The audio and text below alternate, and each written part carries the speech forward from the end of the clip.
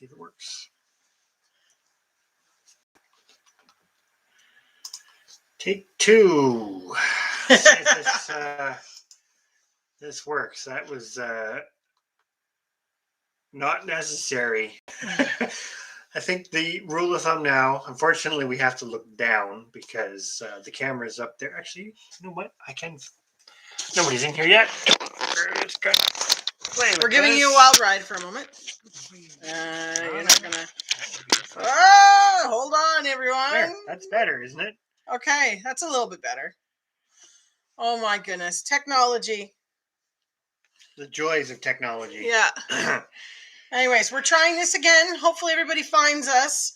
We had to switch computers and then move the webcam to a different computer. All because of an automatic update that was on its merry way. Hello, Honey Badgers. Hey, Honey Badgers, you found us. Oh, technology. I tell you what. Excellent. You see and hear us just fine. See and hear us good. It was funny because everything was working fine.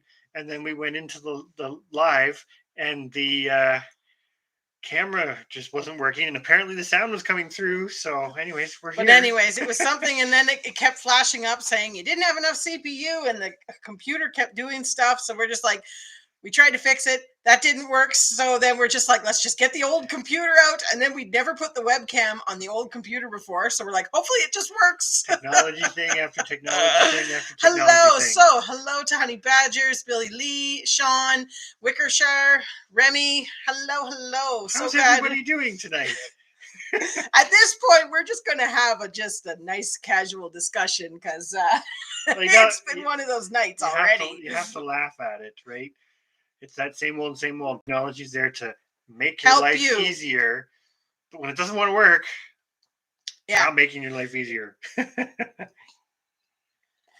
I was just learning about crypto mining cards. Oh, boy. That does sound kind of interesting. We don't know a lot about that sort of stuff. But it sounds like some strange game.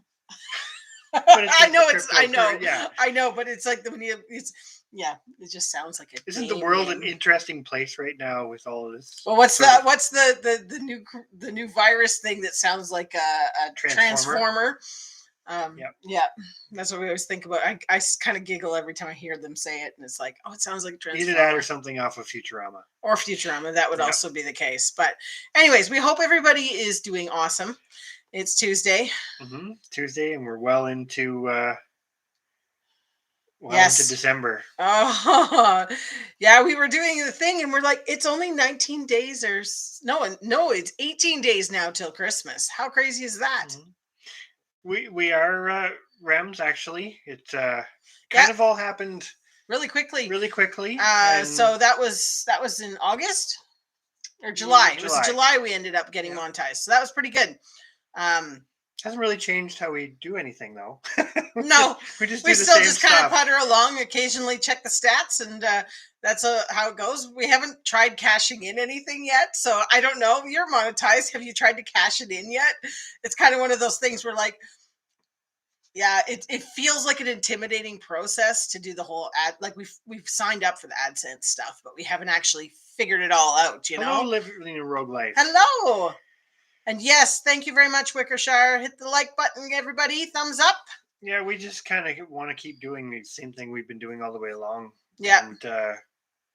And we both actually thoroughly enjoyed your comment about adopting you. So, yes, we would adopt you. Yeah, you and your family. Come on. Why not? We'd have to grow more stuff. We'd have to grow more food, and we'd have to build a house. But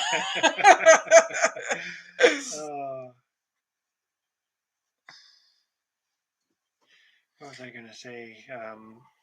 I'm curious on this. So that's a lot for. Oh, the crypto! Wow, you need an actual like card to do it, and that's the cost of the card. That's interesting. This is kind of above us. Technology, and us is like. Yeah, exactly. Hey, Farmer Son Prepping, how you doing? And hello, Crucy. And Crucy, yes, hello. Okay, so you're once the money's in there, then you do the cash. Yeah, because we signed up. We put all the details and whatnot, but we haven't actually cashed anything out yet. So there's enough there to cash out. We just haven't figured that part out yet. No, we're just kind of puttering along. Going as we go with it. But yeah, I had heard, like you said, the Hey Cindy Squirrel, that it was you did it. It went at the end of the month, and then that processed for the following end of the month, or something like that. I don't know it in exactly, but yeah, we just are puttering along. It was nice to get monetized. Definitely. I mean, every little bit helps. We just kind of put it in the kitty to run the farm, or we will put it in the kitty to run the farm. We haven't actually, like I say, cashed anything out. Well, that's the part, not to go too far off the tangent with this, but that's like the passive, AMH, the passive income side of doing stuff, right? Because we're doing it. That was our big thing all the way along. We're doing all of this anyways. Yeah. And I know we've done a lot of changes that everybody gets to see lately, but we didn't do the changes to make content. We did the changes for all the reasons why we both look scary today. We're both. I don't know if it's the camera angle or what, but we both look awful. But on a total awesome note, we're super excited. There's only 9 people in here. I'm going to say it anyways.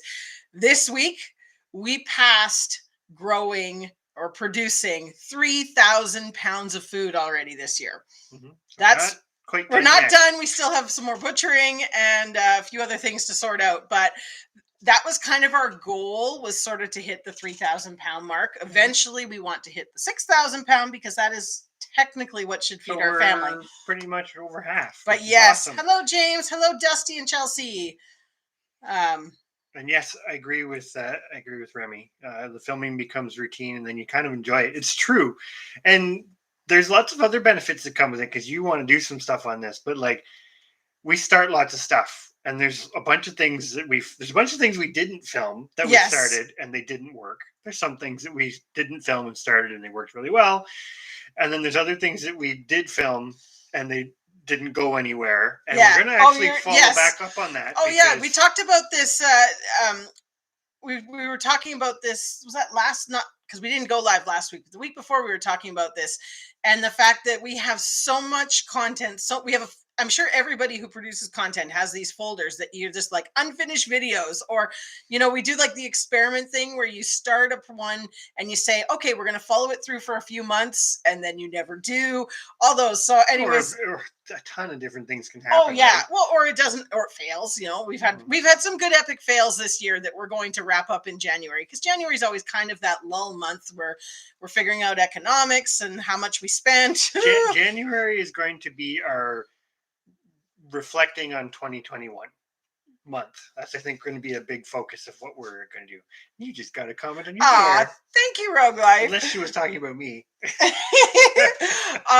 Well, it's funny because I dyed my hair for Halloween because I was a witch, and I dyed it black, and it was supposed to be washout.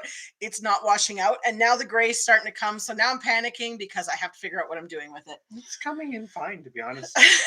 You're biased. You have to say nice things. Hello again, Brampton Gardner. Yep, and Hydrops as well. Yeah, 3,000 pounds of food, and we still have rabbits and more chickens to process, and geese. Garden is completely done. Everything's weighed.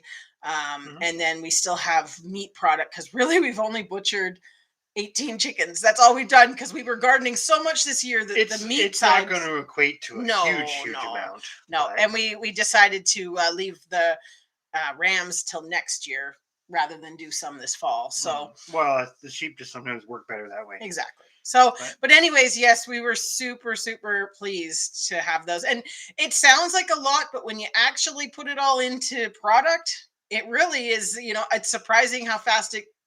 Well, it's that thing. It's only half of what you kind of quote unquote need for family of 4. Yeah. Yeah. Hello, Thorhaven. Thanks for coming back. Yeah, sorry about that. This whole technology thing, and now we're on the old computer, and everything's at a different angle. So, if technology, if something with technology is going to go wrong, and I'm involved, it's going to happen. Oh, and the worst, that's true. Pretty much given. I don't know why. Oh, and the worst bit is, I just made bread. And it smells like homemade bread so much. And all I want to do is go and cut a loaf of bread. And I don't need bread. But anyways, I've total digression, but I'm just wanting to share with you. It smells like heaven in here right now. It's bread. Where are we at? That's where I was talking about your washout dye. Yes. And yes, I agree. Drops. Teenagers can Those consume don't a wash lot. out. To be honest with you, though, I'm going back to the Wickshire Project's comment. I don't know if I can put these up, can I? I No, I don't don't think think you I can. can I think in that's only in StreamYard.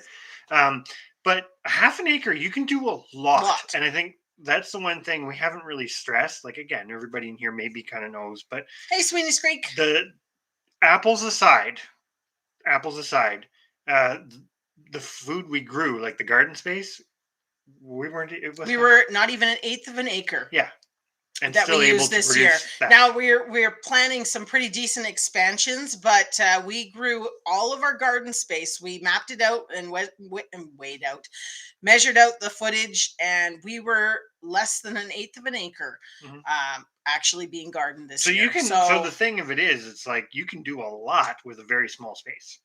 If you have more space, it gives you more freedoms. But and we did see your video on your land there, and yeah, like working with, because you're quite treed, so working with that and getting some food forest stuff going, things there's like a lot that. of different things you can do too, right? Mm-hmm. But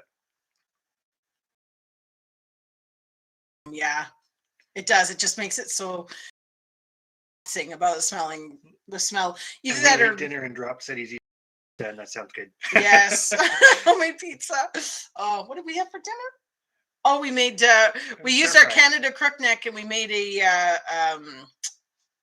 sesame ginger stir fry. Mm-hmm. Yeah, with rice noodles. It was actually pretty good too. But that's pretty good. Sweeney's Creek. Sweeney's Creek was saying about selling the steers. Yes. And drops there. Yeah. Drops. I knew they were about a tenth of an acre. I think we've had this conversation on lives before. Very, very surprised at how much we actually grew. And to be honest, we could do better. We didn't do very well at our, what do you call that? Like we had the best of intentions of a spring garden, a summer garden, and a fall garden. None of that happened. It just kind of went in. And we and we've always done did what we could. The big sort of preserving garden, right? Mm-hmm. We did better on lettuce, for example, and greens this year than we ever have. But, yeah. Northumberland Acres. Hello. Hello. Oh, that's MH signing in from their new homesteading YouTube channel. Awesome. Oh, excellent. We should write that down because we only have one computer right now. We don't have. Yes, we'll have to go and. Do you have a pen here? This is your work desk, and you don't have a pen. It's because I don't write anything down. But so sorry, what was it? Northumberland Acres. Okay, we will have a look at that. Awesome. Yes. I don't know. We don't have the link up, but if somebody a moderator in here wants to find the link and put that up, that would be awesome. North. So is this is a completely different channel, or you just changed your name to MH? I think it's a different channel. Sorry, what was it? Northumberland. You need to go back. What was the?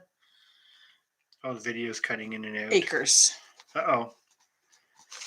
Hopefully the video's not doing too bad now. It's looking good on our end, but that could be, yeah. What Sherry said, his PC's acting up, but that could be us too. Yeah. Trying to... Oh, he's trying to upload. That would do it. Yeah, that would definitely... Thank you, Sweeney's Creek, for sharing that. Yes, awesome. We're going to open that in another thingy, so... Okay, so completely different channel. Awesome. Well, we will definitely check that out. Mm-hmm. You lost us. No, I'm just opening up the channel. I'll have it open for later. Video and sound are both good here in Texas. Okay. Okay. I think it's just, it seems, sorry. It seems that it always seems to react differently on different people's computers, which I don't really get how that can happen. But it's just technology. Technology. Just chalk that up to technology. Yes. Well, if they're even saying the sound is bad, at least you can view us. Hopefully it's not too bad. I don't know. Hopefully I'm loud enough. But yeah, well, we figured out to take the plastic off of it last time. So, Mr. MT Homestead, hello guys. Hello. Just subbed. Thank you so much. Yeah, I was gonna say I'm pretty sure you guys were subbed to us before. So another thing, just chalk it up to technology. I think honestly, everybody... we have seen that though. We go and click on somebody's and we go, we've subbed to this person, and it's really funny because it does seem like it's the same couple of people, which I don't know why. that is, Well, unless you have watch people. You watch, like, I know they say if you don't watch, you get kicked out. But like when you actually do watch, you still get kicked out. So Mhm. that Sweeney's laid, Creek was their first sub. We should have quickly subbed. I take that as the laid back approach of just it's technology. It's going to happen. That's kind of our new like thing for December. I think is just to kind of be a little more laid back and not get so wrapped up in everything that has to be done or has to work. That's like this weekend we approached it with we're going to get done what we get done and we'll see how it goes. That's a big thing Hey, with all of Aldan. our changes, though. All of our changes are to try to make it so that you're still getting your thing's restarting, so that's going to end up causing us an issue, I bet. Or did it just go to sleep? I don't know. I don't know. Technology. Anyways, enough whining about that. So, I was going to go back up here a second because I was going to talk to, Billy Lee Lawhorn was saying wanted to homestead but didn't know where to start. To be honest, I go back to this all the time. I started raising squash simply because you got a lot for very little work, and it just snowballs from there. So you can start in a lot of different places. As far as the vegetable side of it goes, you'll probably end up trying everything at some point. Yeah. But hopefully you can also learn from other people's, I say mistakes, but other people's learning so that you're not reinventing the wheel. That's the one thing I have noticed. Because I say it, there's always these little like spikes in people that want to homestead and then they get out of it and get into it and out of it. I'm hoping this one that we're seeing is here to stay because I think the world needs that. But everybody kind of tries to reinvent the wheel, and it's like that you don't need to do that because there's a lot of good information out there on how to do things. So hopefully what we do is helpful. Well, that's kind of it. We just try and then we just Wikshare says they're smoke signals. Well, and he said, what was it about Thor Havens? Thor Havens was by Birds of Prey or something. And they actually use moose faster. Yeah. We actually use mooses faster, yeah. See, that's great, like Drop saying. Grew a family garden as a kid. And I'm in the same boat. That being said, looking back on it as a kid, I didn't participate in it nearly as much as I probably should have. But you still remember it, I guess. And yeah. Well, and it still gave you a bit of a background in it. Like, I mean, you had an inkling, or you had it tweaked a desire to do it at least. But anyways, I'm glad it's working. You're getting some subs in there, Northumberland Acres. We will sub. We haven't subbed yet because we're on here, but we've got you open, so we will check out something there after the live. Just watch out for those. Oh, the White Walkers. The winter's coming. I think that's ever since that came out. That's got to be because winter's always coming. Right? And I still have not watched the last season. We still haven't watched the final season. Yeah, I would agree with that. Swiss chard and cherry tomatoes. Cherry tomatoes textbook. Yeah. Yeah. The one thing I would say though, Hickorycroft. If anybody, like if you haven't grown tomatoes before and you start with cherry tomatoes, don't plant too many. Yeah. Because you will be tops and you'll be overloaded. 6 will overrun you. Yeah. It's different when you get into other tomatoes, but cherry tomatoes, yeah. Yes. You don't need a lot to get a lot. Never watched it. Drops his parents, farmers and ranchers. Yeah. Yeah, but that's just it, right? It's skill sets built upon skill sets. And even though you may not apply them exactly the same way as your parents did or grandparents did or great grandparents or however you want to go back, or friends or extended relations or people you watch on YouTube. Yes. You may not apply it exactly the same way, but you're still, I'm going to say this is a big theoretical thing, but like that's what makes us as humans so successful is we can learn from each other over crazy distances and over time. And when you don't put that into practice, so definitely put it into practice when you can. Roma tomatoes definitely produce a lot too. They're a little less prolific than cherries, but still crazy prolific. Zero luck. But you're in Texas, so the collards, because collards is definitely like a more southern thing. Nobody really grows collards here. No. Even though I'm sure they actually probably would do quite well. Yeah. I thought this about year, it. but then we kind of took on a whole bunch of new things, so we said maybe not this year. Yeah. But Well, and yeah, we do the kale as well, right? hmm I'm sure the collards would do well here. yeah.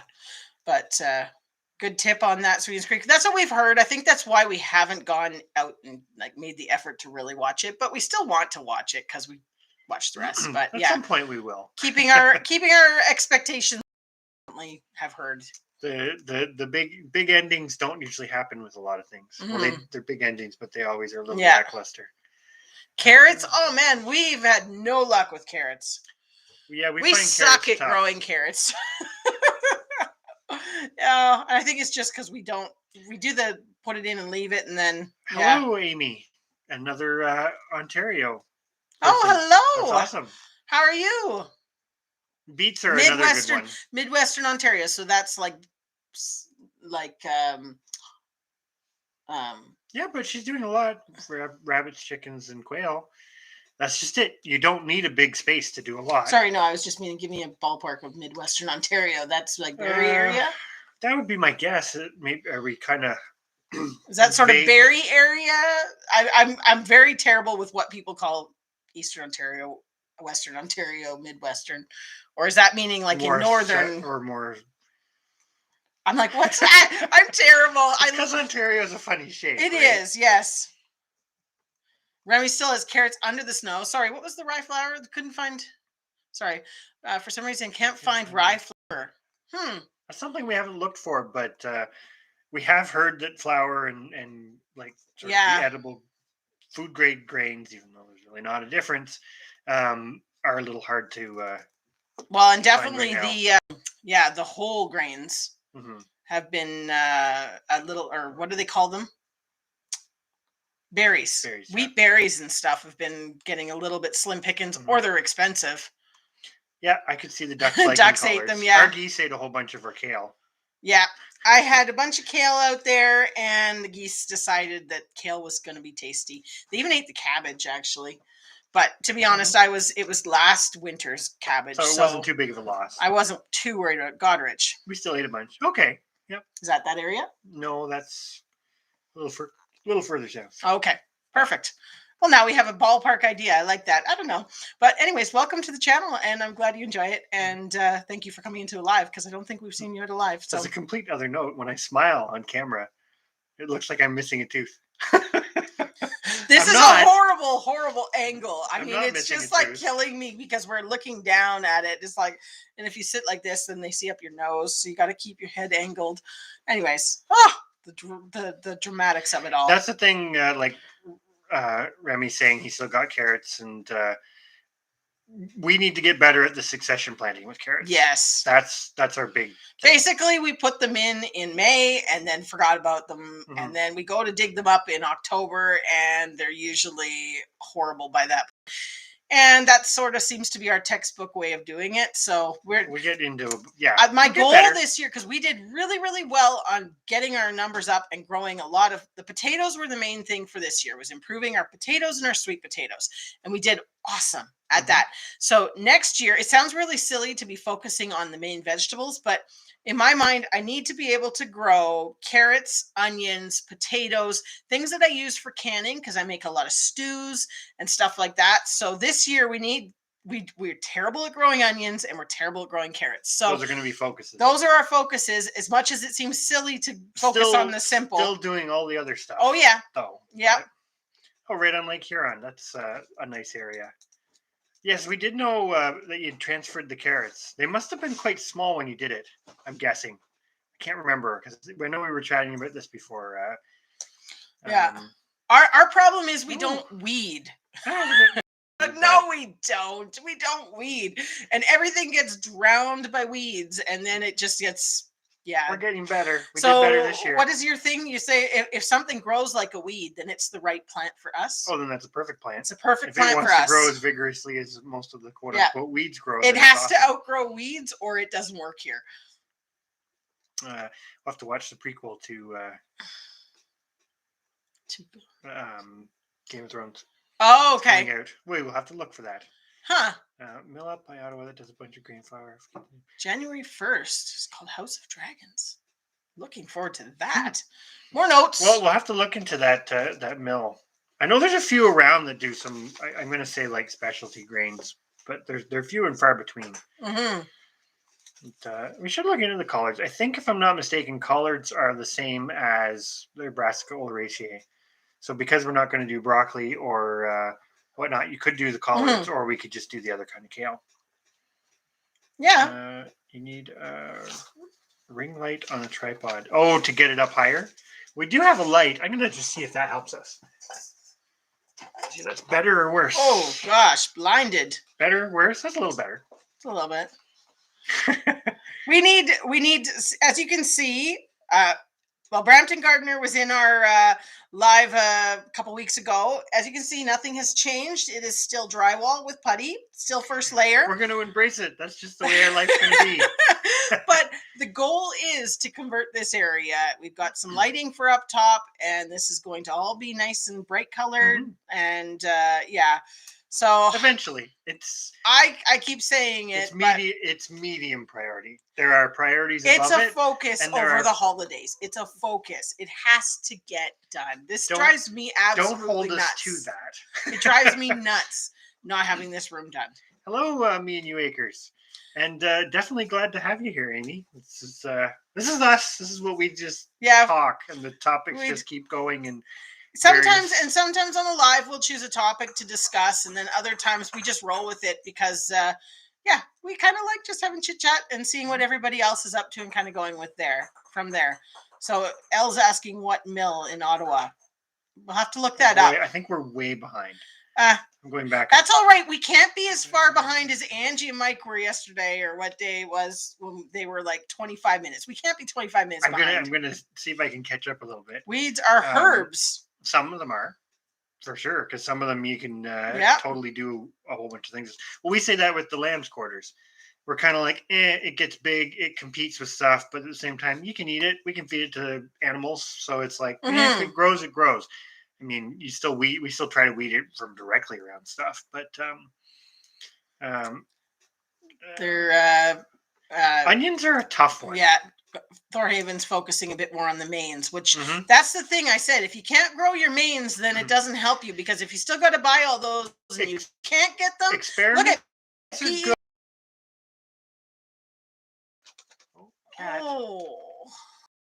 wasn't expecting that. Yeah, she used her claws to get up. That's okay. I'll walk it off. Leeks. I would love to get some leeks. We do look at the notebook. We do, actually. But, what's that? Oh, Brampton Gardner's asking if we ever look at the notebook after the lives. We do. Yeah, it's got pages and pages. The thing of it is, well, no, it's not one notebook. We tend to have a couple. Multiple notebooks. And then we curse it because we go around going, where's the book that we wrote everything in? And we start a new book. And so we've got to get organized. Yes.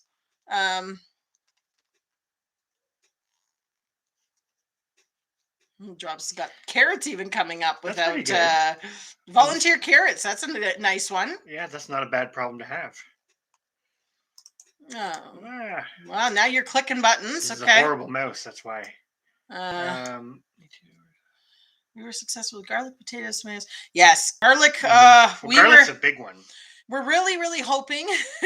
Watch this space, because this is going to be an experimental video. We like to do those, but so we got most of our garlic planted. We got our music garlic planted and our elephant garlic planted, which was about 500 cloves in total, basically. But we did not get our Siberian or the mystery one that we bought at the grocery store that we wanted to try. So it is supposed to warm up this weekend and be wet. So we're hoping to be able to get them planted. So at least get the Siberian in. That's so it'll be interesting to see if it works planting it this late and this close to freezing. That's interesting. Brampton Gardner says she likes collards better than kale. We'll have to try them, because we're pretty much giving up on the Brassica oleracea to a degree. But well, we like some kale, but drop a green screen and never spend a penny on paint. Yes, that's what I said. We should actually do a green screen, and then I don't have to worry about it. But this is real. This is the real. You guys get to see the real Steph and Chris. There's no sugarcoating it. You can see that we are procrastinators. That's what happens around here. Actually, I shouldn't say that, but really, and I think a lot of homesteaders do the same thing. This house stuff gets bumped for the farm. It does. Mhm. The farm has priority. Fencing has priority. All those things get the priority. Although I did get a new oven this week. Super excited for canning on my new oven next year. Also cooking Christmas on my new oven. Super excited. It's supposed to be delivered on the 14th, but I guess this all hinges on the shipping container crisis, I'm sure, or something. But we'll see. I definitely can see the collards lasting well into the cold, so we might give that an experiment. But Well, the kale does too. It's just we didn't get it protected from the geese. yeah, the red Russian kale is really good. So, building our first chicken coop, can you talk about how you would organize a flock static coop if you were to have a mixed flock of layers in addition to a flock of heritage breeding chickens? Well, I guess it depends on the breed and the focus. Oh boy, that could get complicated. Well, the one thing I would say is if you're hoping to keep your heritage breed pure, I would use only roosters from that, because it doesn't matter if the Well, if you'll they have mingle with your if you have mixed. one heritage breed and you only keep roosters from that heritage breed, you can have other hens, even have other eggs hatch. And if you're always going to have them as sort of a put and take, it doesn't really matter as long as they're different enough that you'll be able to tell the chicks. Mm-hmm. Like you can Like tell if you what's did crossed, like our because partridge chanticleers, for example, and you had a barred rock and give me another one that's quite different, you'd be able to tell if the chick a was white leghorn or something. yeah, you'd be able Where to you would tell. know, then you just kind of know that all of those mixed layers would just be culls, or you just have them. You'd probably find, I'm going to say this, and others may disagree, but you'd probably find in the long term, if you really like whatever heritage breed you're going Hey, with, Aroki Homestead, you'll probably just end up sticking with them in the long run. yeah. So in the short term, yeah. Well, and we tried. We had different breeds at the beginning. not a lot, but No, we did have a couple. we did experiment because we thought, oh, maybe. But eventually, that's one thing we do say to people is eventually you probably will select one The because other it's a lot thing is easier. this is just our opinion, but if you really like the heritage breed, often they're harder to get, harder to find. You'll want to keep more roosters and more lines so you can keep that going. And you may not, but a lot of the times people, if they get really passionate about it, they end up kind of people. phasing You out mean the you? others. Well, yeah, maybe I'm the only one. But Chris is right. very passionate. Well, we're both very passionate about the partridge chanticleer. It's a rare breed. It's Canadian, and we breed them very well. I mean, we didn't start out with, like, now we have 6 lines of them, and that means 6 separate coops. 6 separate coops, and they all mingle together throughout the day, but they all go back to their coops at night, and everybody's tagged, so we know at breeding time to lock them up. But it is kind of one of those things. We didn't start that way. I'm pretty sure you started with 3, and then the one didn't work, and then we ended up having to eventually source some more. But well, I sourced a bunch pretty quick. I forget. We'll do a video on the time frame of that and how we got to where we are, because it's not a simple linear thing, but that's kind of a real nutshell of what I would say. But I would say, sorry, the one thing I think she was just asking about how to set up housing to do something like that, and that would be my advice, is if you only keep a rooster that's from the heritage breed, you have no problem with your heritage hens crossing. So same as ours, they go out and mingle together all the time. Just make sure they have separate hutches that at breeding season you can lock them up. Yeah, we'll go down and see if they said some more about it. But yeah, I'm going to we're behind. But yeah, I agree with drops. When you get the head out, you can pull the rest out and give it to the chickens. Yep. Absolutely. Ours just go right into the garden. We don't like them to do that, but there's no fence right now. On the to-do list. Never tried making eggnog, but I see a bit of a conversation about that. You probably could. Eggnog. Thorhaven saying that once we have our own milk, I want to make eggnog. Yeah. Me and you, Acres, has the falling behind record. I don't know. We could probably top it. No, you're not that far behind. Get us in a tangent. You're not that far.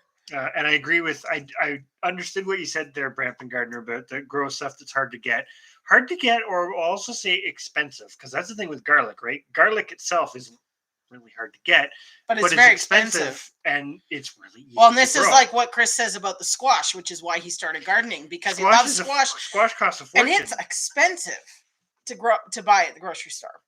So yes, definitely, as you say there, with choosing stuff that is hard to get, but also, expensive, because sometimes the simple things can be very expensive to buy for some very weird reason. Well, I say that about tomatoes. Like if I had to buy all the tomatoes, shipping them is the problem. Right? Yeah, that's Certainly. right. That's Yeah. the same with squash. That's why it's expensive, because they don't ship well, because they break. So what's a real? I talk about a fail. I started 70 cabbages under grow light, took them out, hardened them off, then never put them in the ground. Yeah. Oh. We can relate to that. That was sunflowers last year. Yeah, not this year. The year No, before. yeah, the year before we did the Russian Mammoth sunflowers, and we start them all ahead of time because our grow season isn't quite long enough for them to get to proper seed. And we did. Oh my gosh, must have been 100. And we It never was got it was two flats. In all fairness, we ran out of space. I know, and then we were like, "Oh, we're gonna build some more gardens," and we just never so we did. Can totally. Now you could they still be planted out where you are? Yeah, I think that's warmer. Because would be perfect timing, wouldn't it? Because they're a cool crop. I'm sure that was the. Hey, Lear's the Lear's Farmish. Haven't seen you before. Welcome. Gonna have to check you out. I'm writing things down. Oops, as I lose my pen. Backyard gardens are the best way to feed wildlife and bugs. Yeah, to a degree, but at the same time, if your backyard, like, was it the one thing about big brown bats? And big brown bats are actually a principal predator of squash beetles. So you also have the thing of where it's nice to have some of those wildlife species come into your garden, your backyard garden, because they can still do a beneficial thing. That means you may have some that affect your ability to grow, but I could see that with the collard greens getting sweeter when it's warmer. Yeah. I'm really curious to try, because we've always grown the red Russian kale, which tastes a little different from the normal kales. We liked that. I can never get the name right. The Scotch dwarf. Was it Scotch dwarf kale? Anyways, we grew this other kind of kale. It's a curly leaf one, and we liked it.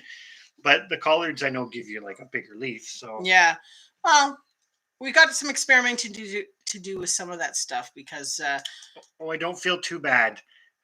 Amy says she's hoping to get the rest of her garlic this weekend. Yeah. Music, Mennonite. Oh, that's an interesting. Nootka Rose and Purple Glacier. And she's got a surprise grocery store one too. Yes.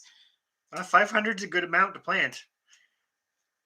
Or is that about us? Oh, maybe she's meaning that about us. Yeah. Last year we planted 280. And I thought I was going to have so much garlic. I'd be not having to buy garlic, and I could make garlic powder and everything. And nope, we ended up. I actually had to buy garlic for canning because I ran out. I didn't get garlic powder made. So in the long run, we decided we better at least double it, which was going to be about 550 cloves. But we did not. We might be close with all the kinds, but it depends if we get them in the ground. Yeah. So we'll see. Yeah. Yeah, we did actually pretty good. Not as good as you drops, but we did pretty good with the celery this year because we've grown it in the past and it's never really amounted to much. And we actually did pretty decent this year. And the stuff that was growing in the fall here was growing really nice. I don't know. We'll see if it overwinters or not. Yeah, we do need to do something about actually talking about the chicken lines. We actually did talk about that. We have an ongoing list. It's like we need a chalkboard that you can write things on, but we have an ongoing list of stuff that we think we want to sort of bring up and talk about. And I did say that we were talking about the other day, just explaining to people how we came up with our method of doing it and how, yes, we go with 6, but what's the lowest number that people could do it with and kind of make it work. That sort of information, because I think not everybody wants to be bombarded with, oh, I've got to have 6 hutches and I've got our coops and I've got to have this and that. And it's like gardening though, right? With the chickens, you're not necessarily going to do that in 1 year. No. In fact, you probably shouldn't. That's why it's chicken math. Well, but it's chicken math, but it's a different kind of chicken math what we're doing, because it's not It's Yeah. not collecting a bunch. It's just It's we're old-timey chicken math. That's his new favorite thing, is saying that we're old timey. I said we should have called ourselves the old timey homestead Yeah, but we didn't because have that phrase coined I until know we recently. didn't. Yeah, So they're doing the barred rock. We that was our second choice, was the barred rock. We did like them. yeah, duck egg and sheep milk egg. That would be pretty good, probably. Yes. Next year, that's on the agenda. Although ours will be chicken egg, but Well, yes, that's true. But still, yeah, duck egg would be a lot thicker. yeah, it would be pretty good though. Mm-hmm. Yeah, that makes sense. Put a divider in the middle. Have your barred rocks on the one side. It's kind of one of those things with that math again, right? Because if you go with a breed that you really like, then you do find eventually, unless you're going to constantly buy new birds, which that has its own issues too, which I won't get into right now. But if you're if you pick a breed that you like, then you kind of get that thing. Well, if I have two groups, then I can go a little longer. If I have right, and then you eventually get to the point where, and this is the thing about the dual purpose heritage breeds, they don't lay as much as some of the heavy producing egg layers. But when you have 30 of them, it doesn't matter. No. Because they're producing you the eggs and the meat. So to put it into perspective, just because they may not have gone back and watched some of our chicken videos, we'll do this very quick rundown. But like last year, we had we went in with 26 birds in our whole flock. We had them split up into 4 groups, and we ended up 12 of those birds sat their own eggs, and we hatched out 87 chicks, which is pretty good. Mm-hmm. And we still got over, what are we at, 126 pounds of eggs, and we fed the eggs to the pigs that we didn't count in that way. Yeah, we didn't. So the dual purpose still produced really, really well. You may have to keep a little bit larger flock if you're going to let them do the sitting and things like that on their own to raise chicks, because that's where you kind of start to see the egg loss, because once those hens sit, they're obviously not laying anymore. Mm-hmm. But that's still a lot of food. Oh, it is from a family, yeah. Well, I don't know. I mean, have you guys said are you planning to use them for meat or just for eggs? Or I don't know if they did say that part. So hello, Plowman's Backyard. Hello, how are you doing tonight? I'm going to guess Kendra, but it could be both of you. Cabbage. LL done saying something about cabbage with the $1 a pound. Going $1, yeah. It's crazy. Like, I used to buy cabbage for 28 cents a pound. Well, but that's the thing, right? It's like that's the other way of looking at the economics, because it's like you said, grow the things that use as staples, or grow the things that are expensive or hard to get. But then even those staples can be more expensive or hard to get. I mean, look what's going on with milk. I'm not going to go into that, but yeah.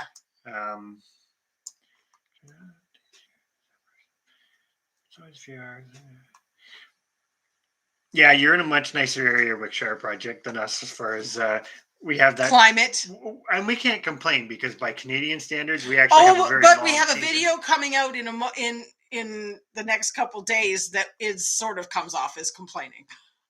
Well, our climate video. Yeah, it kind of is all over the place. And other people, there's a lot of people in here that are from Ontario area, and you've been suffering with it too. It's just been absolutely crazy. We go from +13 and pouring rain to -11 at night.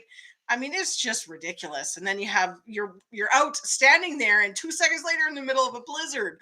Oh, I've never seen anything like it. It's just crazy weather. Yeah, Buff Orpingtons were on our list, along with the black Australorps. This is going way back to before we picked the partridge Chanticleers. But once we picked them, we kind of just never really. Well, and it's not fair because we're very biased to a Canadian bird that you can't really even get in the States. So, but that was something I should also say to Kendra, because I did see your email. She had asked, because she had a U.S. viewer that had asked about if there was anybody who sells them in. There are some in the States, but they're not as easy to get. But that's another thing too, right? About like, it's like the local movement, the shop local, etc. But like livestock and stuff was the same way. Not everything works well everywhere. Can you do it? Yes, you can. I think I said it. When did I say that on?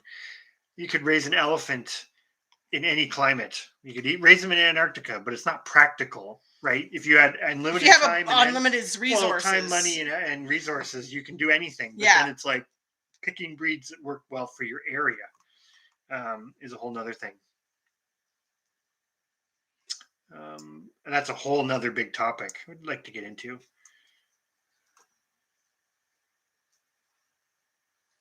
Oh, so Mike's typing tonight. Oh. So he's been tasked with typing. Oh, Paint the wall with chalk paint and boom, problem solved. There we go. That's kind of a smart idea. there you go. I might have to look into that. Quick, write a note. Chalk paint. Never even heard of this. We actually did have ducks in our quote unquote backyard where we used to live, and it wasn't terrible, but they're loud. They're much louder than the chickens because they talk all the time. That's actually one thing we talked about recently, just amongst ourselves, about the geese. The geese are louder, but they don't talk as much. Talk less.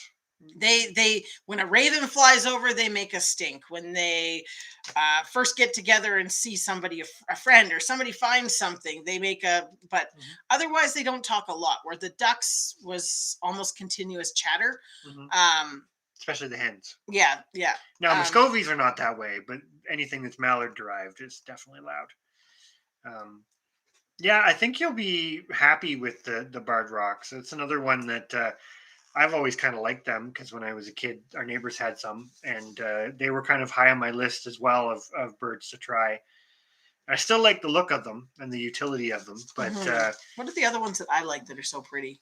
Wyandottes. Oh, some of the silver lace Wyandottes. Yeah, they're pretty. I don't know if they're practical. But they're very pretty. Really practical too.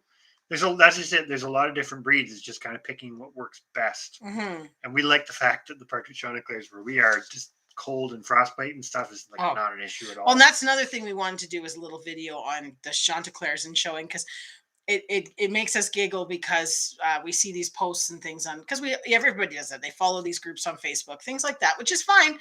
But giggling when we see people like, what should I heat my chickens with, and that sort of stuff. And ours are outside. Trying to go broody when it's -20. Yeah. So anyways, it's something that we do want to do a bit of a video on, just showing like this is natural. These birds have been in this for 10 years and they do amazing. So yep, Thorhaven, excellent point. The milk, hence the goats for spring. Yep. Hence us milking the it's sheep. It's creeping up. We watched there was and then now you got all this stuff with the dairy farms out west and things like that. So I'm sure we're going to have another hike, but they're talking about January 1st milk prices going up. So hello, Gary Brown. Hello. Yes. How are you? Are you another one that's in Ontario? Just out of curiosity, because you've got the no, he's forging on. Oh, okay. Well, forging on, not forging. I got to read.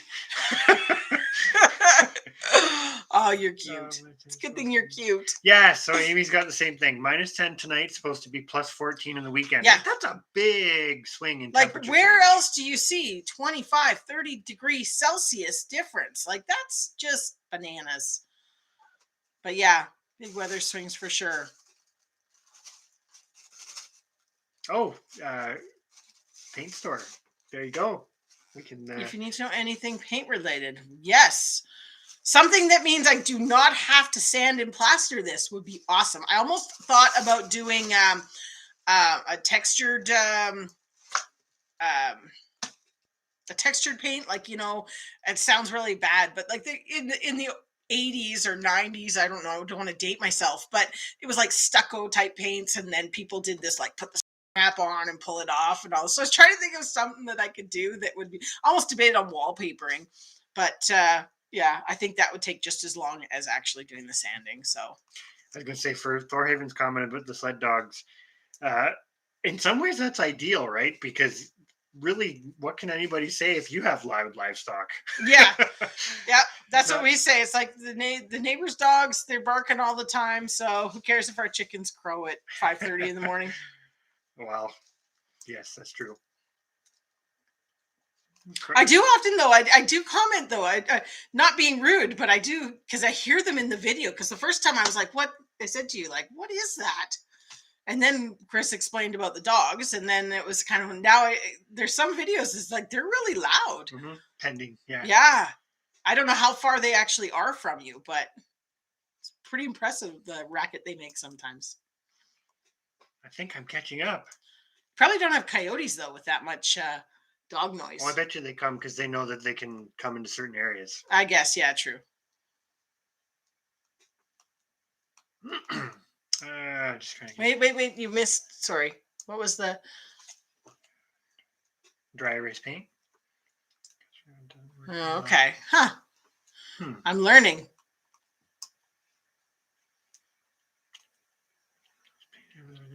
Yeah, keeps the eggs from freezing when the broodies do their job in the wintertime.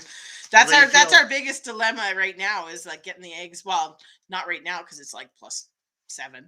But you know, usually in the wintertime it's you're trying to get the eggs before they freeze. It's not that they're not laying. But it's interesting living road life talked about sorry, that. night Billy Lee, I didn't see, but you I see somebody else saying night. So you've probably already left and we missed it. Oh, I'm actually caught up. But the Wyandottes and the having a heart attack. That's one thing actually when we got really going with the partridge chroniclers, that was one sort of defect that happened. I'm gonna say often enough, where you'd get one that just dropped dead, but we haven't had that in quite a while. Oh. I think doing the that's one thing. And when he says that, usually they're like 6 years old. Oh, no, there was a few that weren't, but you'd open them up and it's like it was just massive heart failure. Nothing they were fine otherwise. But yeah, I think that's one thing too. This is a little tangent for a moment, but people get really hung up on like inbreeding and outcrossing, right? There's a whole trains of thoughts of you're better off to crossbreed different breeds because you get the hybrid vigor. There's truth to hybrid vigor, but you can still outcross within the same breed. And that's something that people forget, right? And that's the whole point of keeping multiple breeding groups of the same breed so that you're inbreeding in that the traits between those families of birds are the same. And it works with anything really, but those traits are the same, i.e. they have uniform body shapes or comb sizes or egg production or whatever the practical qualities are. But you're still getting the outcrossing because they're not all directly related. It's harder to do that. What are you looking? Oh, I'm looking. She says if it's relatively flat, just get a flat paint. You probably could. You probably could totally do that. For the most part, yes. I think I'd have to lightly sand some of the. There's a few ridges in the plaster, but for the most part, you probably could. Anyways, I just am. It's one of those being lazy. I should just do it.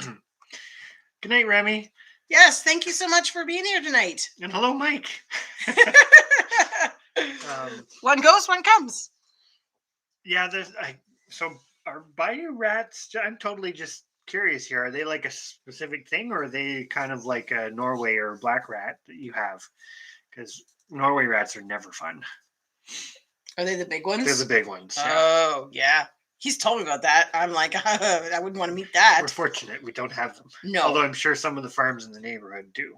But you think? Well, yeah, actually, they maybe. follow people around pretty good. I don't even think our cats would tackle some of them. No, but my turkeys used to. That was actually interesting. You don't see rodents here. We have so many cats. It's not even funny. Yeah, we don't have very many. They get them when they're little. Oh, Gary's in Tennessee. Okay. Tennessee's a nice area. I've only been there once, but it was nice. Yes. Horse country. Well, Kentucky and down into Tennessee, yeah. Yeah.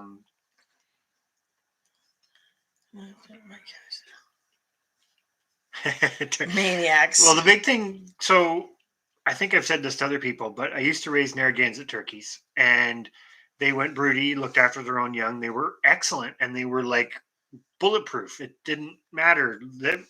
You hear people say, "Oh, turkeys are so delicate," or whatever. Not if they're raised under a broody turkey hen. Mm-hmm. But the problem was you couldn't keep them where you wanted them unless you locked them up the whole time, which defeated the whole purpose because they wanted to go out and forage, but they also wanted to stand on your front step or roost on your car. That was the problem with the turkeys. They were always on the car. Yeah. Yeah. Not enjoyable at all. Hey, just St. Louis. Hello. Hello. Good to see you. So that's a big reason. That and noise, because turkeys talk a lot. Mm-hmm. Yes. Although, well, in some situations it doesn't matter. It's no different than guinea fowl. Oh, guinea fowl. Guinea fowl tastes really good, but I had them for a while, and you could only really catch them at night, and they were loud. I Mm, actually had to put on like ear protection to pick them off the roost. 'Cause really? they Gosh. were in a small Yeah. space. They were loud. Yes. The Speaking of taste really good, we cooked up our first whole goose. That was pretty exciting.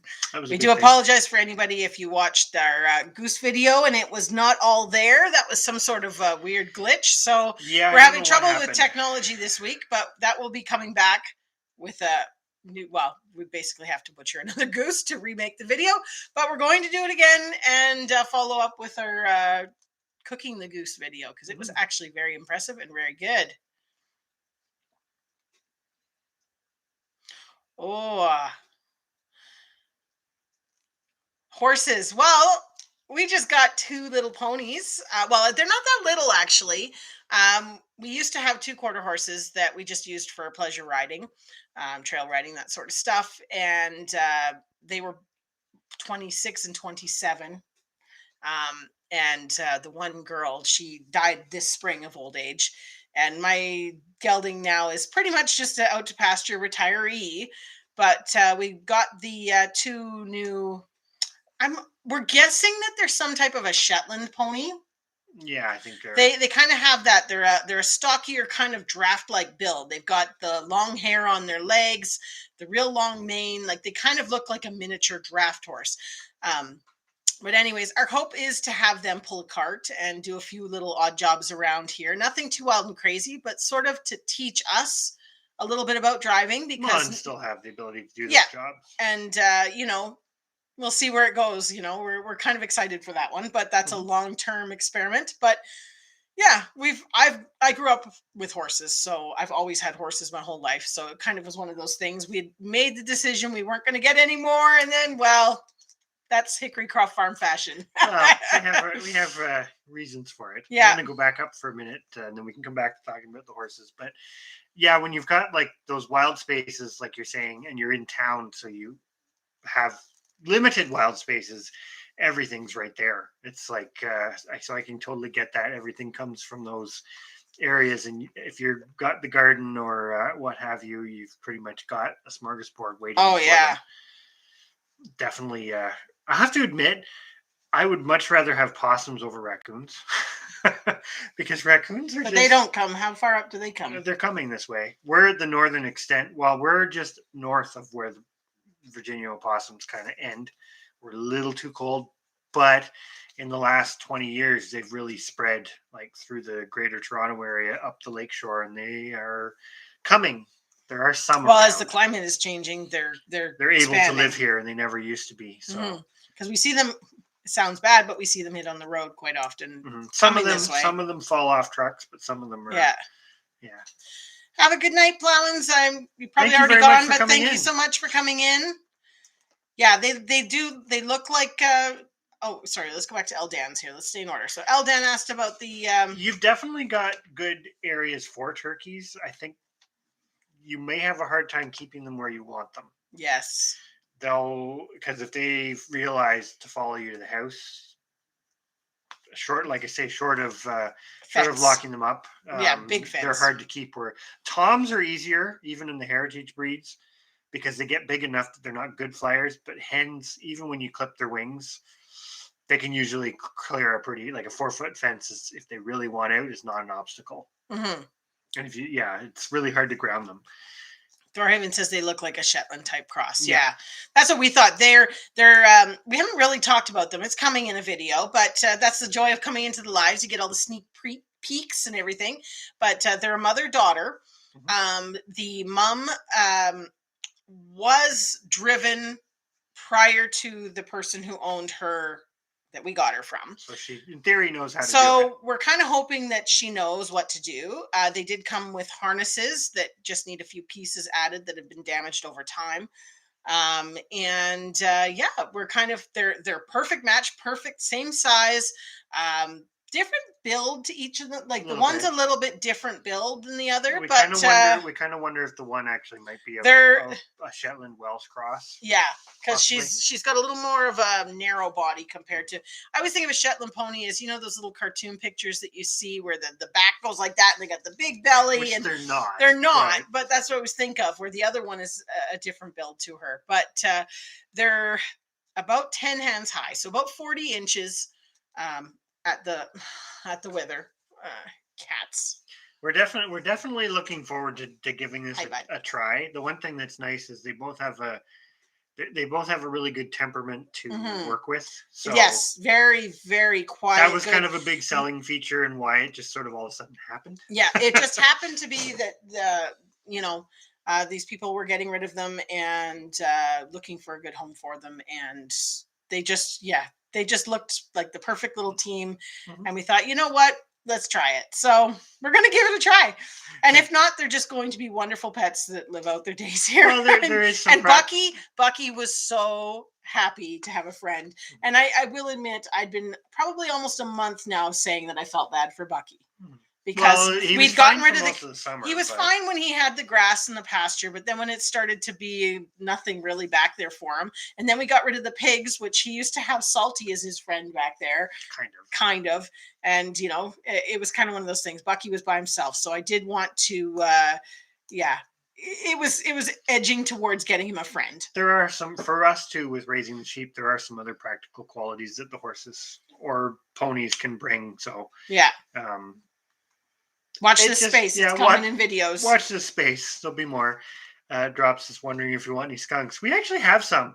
We have some right around the house. And again, I would still prefer the skunks over the raccoons. Yes.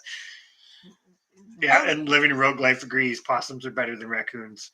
Possums look funny, but they just don't seem as they're not as clever. They do. They seem they seem less capable. Destructive.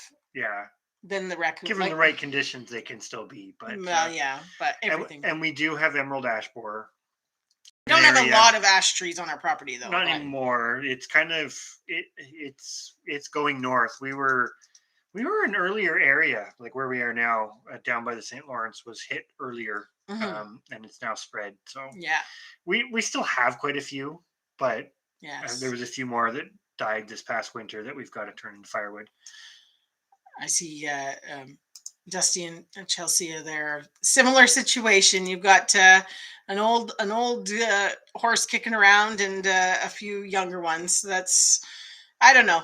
There is something to having horses, but our quarter horses were to the point that I don't think you could have taught them any of the driving aspects. You could, but then it's like, could they've actually done it? I don't know. But so that's interesting too.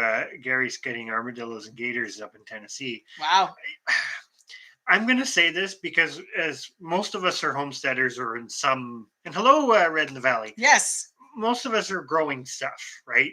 And I'm going to say climate change is sort of this hot topic, but it's really hard when you're out doing stuff all the time to kind of ignore it, because even if it only correlates to like a 1 degree over 50 years or whatever, it's like they're, like you say, things moving into areas that they didn't used to be, things getting weird freeze thaw cycles, like all these. Some of it's anecdotal, but you can actually keep track of some of it. It's like that when you start seeing animals in places animals that can't move far quickly in places. But one of the things you said today was that the actual winter must be coming because the geese moved today. The geese was the first day we saw like the high flying flocks, because we are pretty close to the St. Lawrence. We get a lot of flocks. I call them low flying. They're commuting back and forth to feeding in the fields and whatnot. But then for us, I don't know what, basically Ottawa area is quite a concentration zone for Canada geese, because hey, it's a city, why not? But when they start getting enough weather that the stuff starts to freeze and whatnot, it starts pushing them out, and you'll get like a movement in usually a couple of days of birds that just they skip us and keep going, and then that's usually when you know there's weather coming. Although this is just the start of it, but it's the start in December. Did Living Rogue Life say she was leaving? I think I might missed have it. skipped Skipped over. ahead. Oh. Excuse me. Oh yeah, really good. Good to work with, not real ponies then, Thorhaven said. That's what everybody talks about the pony tube. Now, saying that, the one thing that they are is, and this is ponies, they are pushy, or no, I shouldn't say pushy. They are testing you. Like they definitely every chance seem to be like, can I get away with it? The one. The one. The other one, nothing. She doesn't have ponytude at all. She is absolutely beautiful and delightful. She just waits for you to tell her what to do. But the other one has the ponytude, yes. This is one thing too, like Thorian was saying with the wild meat. Sorry, just in case, Living Rogue Knife, just in case you were still here. We probably missed you. Yes, but if not, have a good night. Thank you so much for coming in. Best of luck with the incubator. That was a big thing about the meat part too. It's like that was our thing about getting out of the pigs, was it's like how much do you actually need to grow if you could supplement it, etc. I don't know. Mm-hmm. It's feels like a lot of the times it's the same conversations over and over again, but that helps you reinforce like the decisions and why. And we always feel bad as we're going through our videos. We go, gosh, we hope people don't think we just get into stuff and get out of stuff, because it's been years in developing. I mean, we're 13 years. Well, you're almost 13 years now. So yeah, into this, and it's been a cycle of, you know, what works, what doesn't, and now we're really to that point of fine-tuning it right down to the letter of what makes sense with our sustainability vision and what makes sense financially, because that's a huge factor, and what do we actually need, because that was one of our biggest downfalls, was having way more and trying to produce way more than we ever really could consume. Well, we never got to the point that we were producing way more, but there was that potential. Well, we always kept getting more, I'm going to say different species, different things, going very diverse in the hopes of having a lot, and then realizing we really didn't need a lot. So I'm going to the question there about the hens laying their eggs on the floor. Depending on your nest box setup, you can try, just if it's warm enough still, you could leave some, like put eggs in the nest box, and then they might see those and start there. We have I don't know if you've got your local your feed store, or it's not Tractor Supply here anymore, but those get fake eggs. The fake eggs, we get the little brown fake eggs, and you put a couple of them in, and then they start putting them in there usually, and then they kind of figure it out. Yeah, you can use golf balls. There's other things, ping pong balls, sometimes that works too. The fake eggs did work the best though. Yeah, well, if they're the same color. We used to do that with our ducks too sometimes.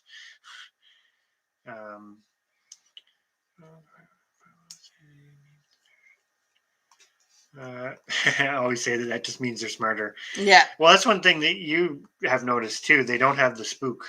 Oh, that big horses do. But I think, I'm not a horse expert by any means, but I think that's the quote unquote cold blood side of it. Versus they're very much they're forest horses, as opposed to, well, they're just like the first day that they came here, it was pitch dark, middle of a blizzard, and they just stepped off the trailer, went in the barn, just as sweet as could be. No, didn't even look at anything. And then the other night we took them to the pasture, the first time out to the pasture with Bucky, and then it got I don't know what happened that we were so late. Then the coyotes came. The coyotes were back there with them and howling and carrying on, and we were late, and it was pitch black, and we went out and caught them and brought them back, and all the the lights were on, shining here and there, and they didn't spook or anything. It was just fantastic. So we're looking forward to, over the holidays, trying to do a little bit of work, and of course the kids want to try and ride them because they are ridden. They've been ridden before, so we'll see how that goes. Yeah, I don't know. What was your term? You said we'll see which kid wants to jump on and get kicked off or bucked off. Yeah, I said we'll see which kid's gonna hop on and get bucked off. We'll make sure we video it. I like that one. Armadillos equals a possum on the half shell. Red in the Valley had to bring out the ministry about turkeys and deer pressure. Yeah, it's funny. Like some areas you get such big populations, and then other areas you don't. Like we live in an area, we have turkeys, we have white-tailed deer, obviously, but neither of them have ever been in high big numbers. Actually, interestingly enough, we live very close to the original wild turkey population that kind of reestablished itself was like right down the road from us. They came across the St. Lawrence River from New York State, which is kind of cool. So we're in a good area for them, but they just never seem to build to that level. Oh boy, we're way behind tonight. We're sorry, everybody. No, we're not that bad. I need extra freezers. Yes.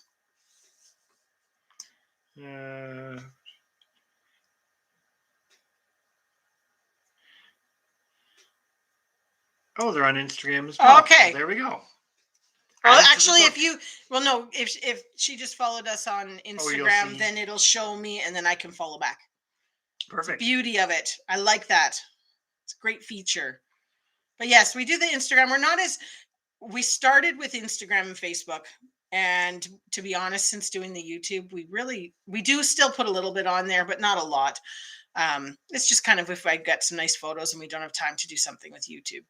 And everybody says, oh, you should do some other stuff besides YouTube, but we really don't because that seems to take all the time. We just kind of do what we can. Well, that's just it. I mean, Chris still works full-time job and doing the farm. YouTube's enough. Mm-hmm.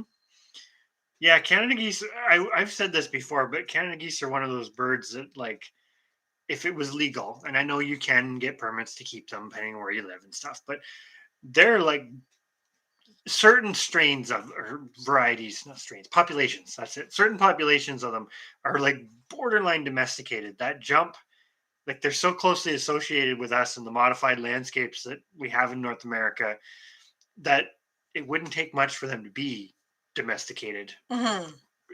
But it won't happen because laws and stuff, which I get it, but that would be like a perfect example of something that would be well adapted for our environments. Mm-hmm.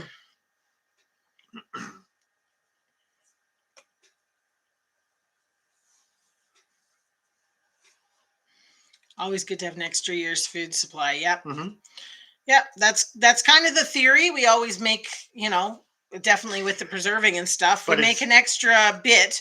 But it's twofold. It's nice to have an extra year's food supply, but also the ability to grow the next, like that as a renewable resource too. I think that's the part. Mm-hmm. Sometimes it gets lost in the, like, I'm going to say the prepping mentality of just Thanks storing, for coming in, Gary Brown. Hopefully we haven't missed you, but thanks so much. I think I'm catching up. Drops tired of coyotes. Yeah, we're not bad, but I mean, there's definitely a pack that kind of, they split up, but they're sort of all surrounding us in all the cattle farms. The big thing, and this is the biologist in me, the ones that if you have coyotes and they're not causing a problem, they're not so bad. If they're causing a problem, that's a different story. Mm-hmm. But if you're just getting rid of them to get rid of them. Have a good night, Thorhaven. Thanks so much for coming in. You sometimes end up with a worse problem than you had at the beginning. Yeah. So the coyotes that we have as sort of our residents, they're tolerable. They're pretty good, actually. It's like an uneasy relationship with them. Yeah. And good fences. Yeah. No, the Instagram, you can't post from your computer. It has to be from your phone. It frustrates me because I like to edit my picture to look pretty on the computer, and then I have to send it back and download it onto my phone in order to post it. It's absolutely, yeah. Urban Homesteading, you're back and we're still on. Yay! I'm not sure. I can't even say that you were late because you were actually at our original live that didn't work. We were the ones that were late. Yes, we had an epic fail on that, but I'm glad that you made it back. I hope things are going good. Sorry we didn't get a chance to chat to you at the beginning of the first live, but hopefully things are well. Oh, I think that's a good one. Is it climate change or is it accumulation of human activities? Have a good night, just St. Louis. Thank you very much. We're excited for the ponies too.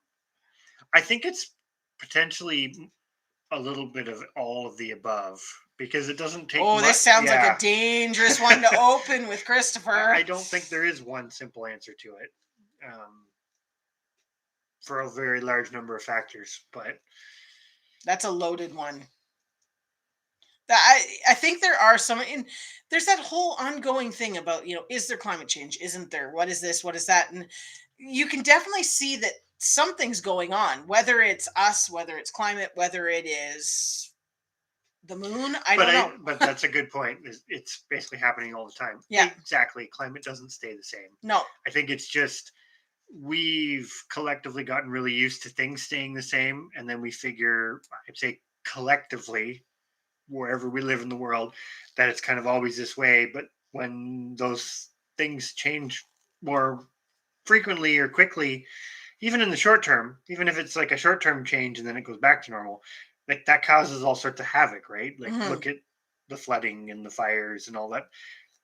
That doesn't allow you to have stability. And depending on where you live, some environments don't ever have stability, but some environments we've just become accustomed to the fact that they do have stability. Yeah. And I think that's the coyotes coming through is not a big deal as long as they're behaving. Yeah. We don't worry about it. They come, well, you said the one came actually right up into the back barnyard through the pit the other night, but it was a small one, but it didn't walk all the way up to the sheep pen. And everything's locked up, so they can't actually get out of it. There's nothing they could do. I mean, that's a big thing. And we kind of view it. We have 3 stupid chickens that insist on sleeping in a tree. They've changed in the last couple of days. They're not doing it now. They were in the tree tonight. Okay, so they went back to doing it. They stayed in the barn last night when the weather was horrible, and tonight they're back up in the tree.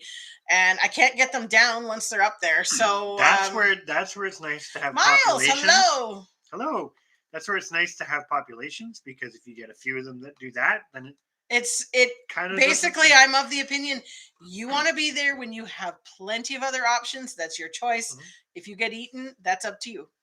And yes, we do use Canva for our thumbnails. And the stuff. Free version, though, we don't pay for it. Yeah, we just.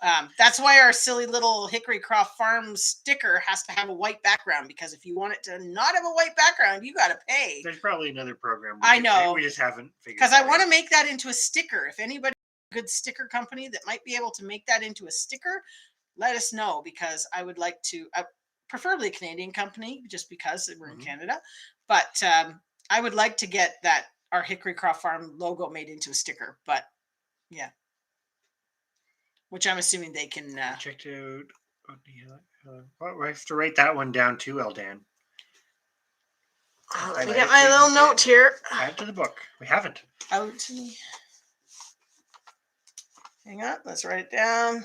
We do like the Canva. It's simple, and I don't know, just makes it easy.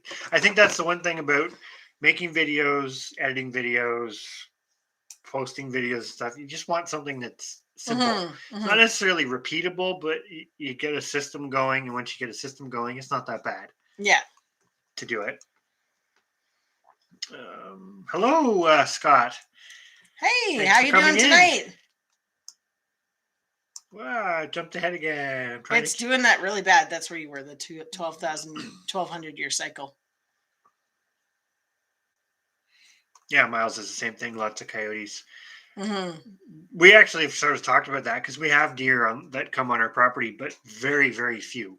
And I think it's because we're like pretty much home base for a few of the coyotes. So like they never leave.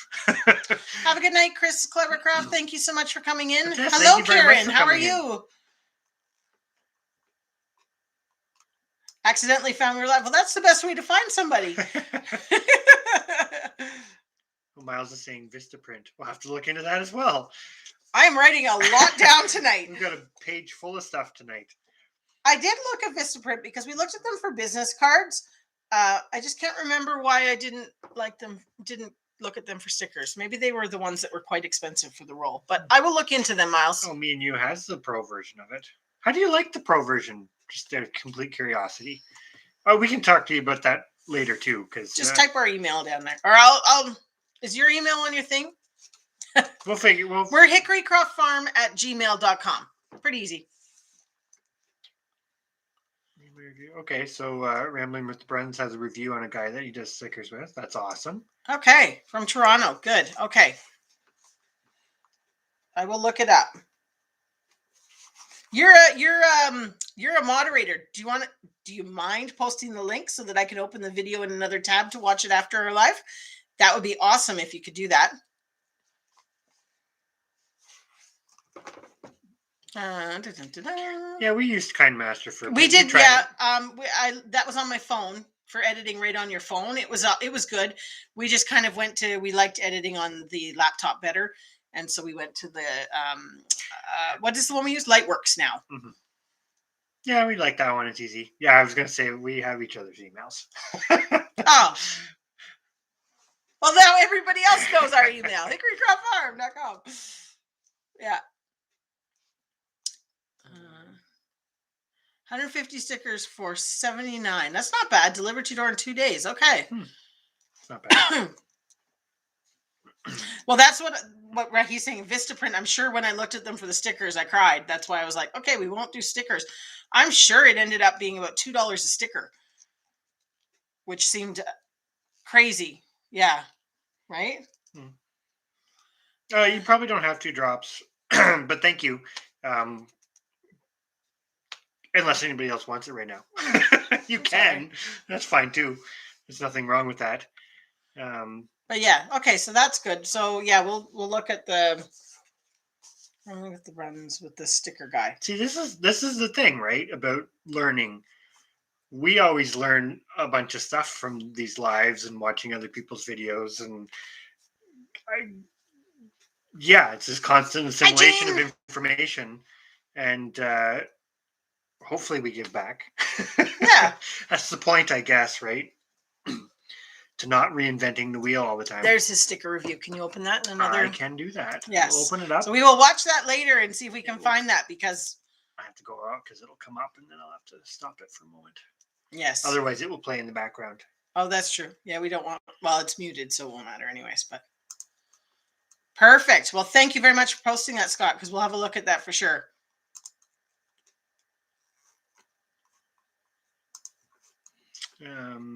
Sorry, I was locked out of my email account. So I made a new one and now it's locked me out.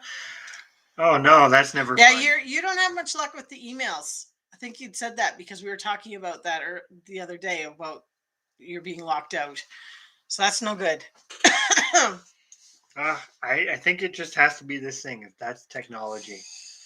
Well, the worst bit is, and we say this, we whine about technology, but at the same time we use technology for even what we're doing right now. It's well, but if you want to get technical about it, everything we do in life is technology. Is based on technology, right? Because you can't, half of it you can't just do it with your bare hands. That's true. Yeah, wearing clothes is technology. It's layers. I could knit myself a sweater. Thank you very much. Yes, you can, but it's still technology because you still have to have those skill sets to do it. It's very basic technology then. Yes. But it's all technology. It's not the same as a computer. It's not. I'm going to 3D print myself a house. True, but it's layer upon layer upon layer of collective learning. That's true. There you go. It's collective learning. That's what it is. There's another catchphrase. It's collective learning. Old timey collective learning. Oh boy. Oh.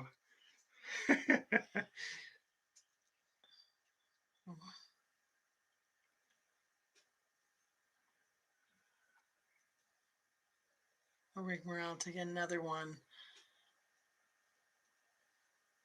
Huh. Well, that's very true, and that's the thing, right? If people really want, then yeah. Oh, the Karen, they do. It's what did we watch? It was in California. They were making low income housing with the 3D printer. It was spraying concrete. Mm-hmm. It was fascinating. I mean, don't get me wrong. It was a very great use of technology, but it was crazy. And Miles is right. Technology's there to free up your time, right? Because if you didn't have it, if you didn't have it, it's also free up your time, and it also technically allows you to live in environments you couldn't live in otherwise. It's both, right? Yeah.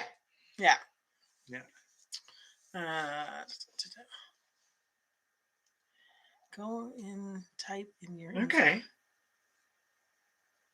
They send you a code for 25% off. Nice.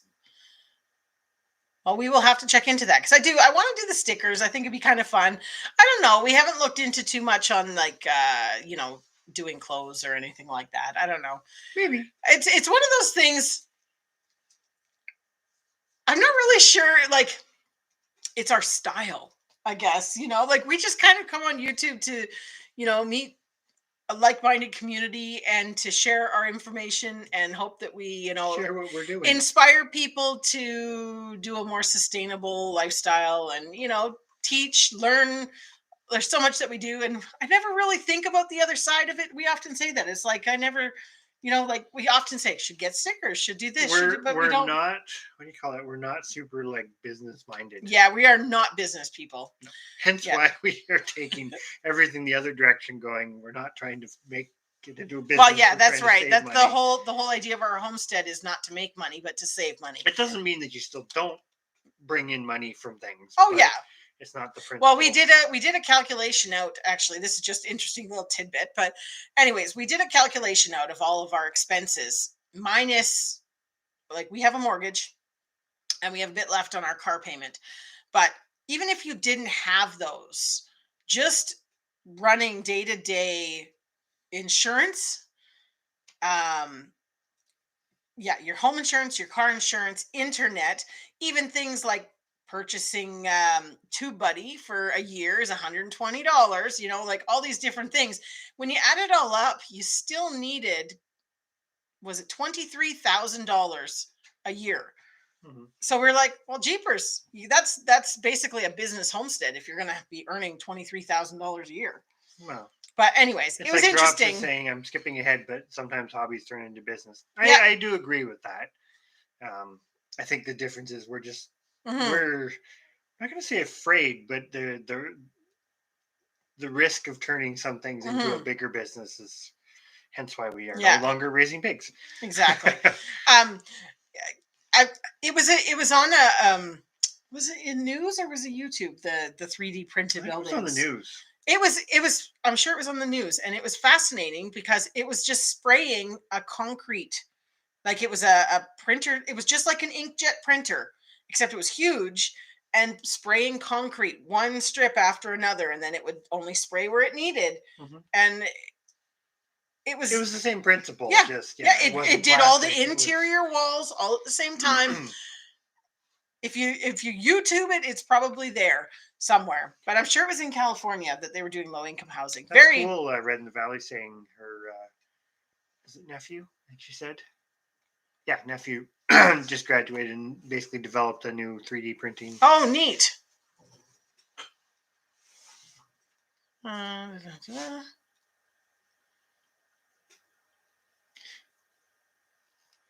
Drops is really not into stickers and stuff. I kind of like the sticker thing because I like the idea of collecting other people's stickers, but I feel like I should have stickers to offer in exchange because that's just kind of a thing. Oh, the kids would love it. Oh yeah, we were talking about having like a sticker wall or something like that. So I need to get the stickers in order to be able to collect stickers. But yeah, we haven't put much thought into the other side of the stuff. I mean, That's cool. Rambling with the Bruns. We'll have to check that out when you do post it. The Highlands. Oh, where do we were driving somewhere the other day, and there was a huge herd of Highland cattle. Oh, that was to get the ponies.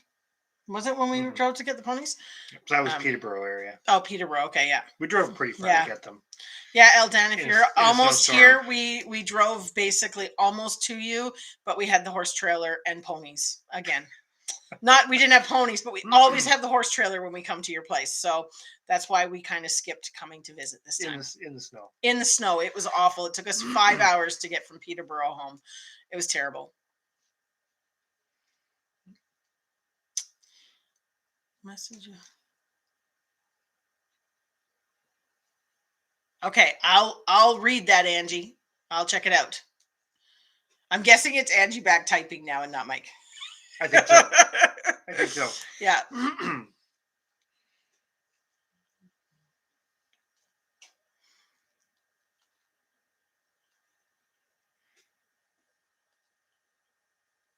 Sorry, we're just Thorhaven. Yes, Thorhaven's got the Highlands as well. It was being pushed, and I saw. It'll be interesting to follow. Well, follow both of you, but like the handling stuff because it's a little different, right? Yeah, that's the thing. They don't fit the classic cow economic mold, but sometimes that's a good thing. I do agree. Like what Eldan's saying, they're the cow. right now for some reason, which is good because I think we're big promoters of like a heritage type or a breed type cow, so Mhm. or animals, period. So I think it's really good for that. But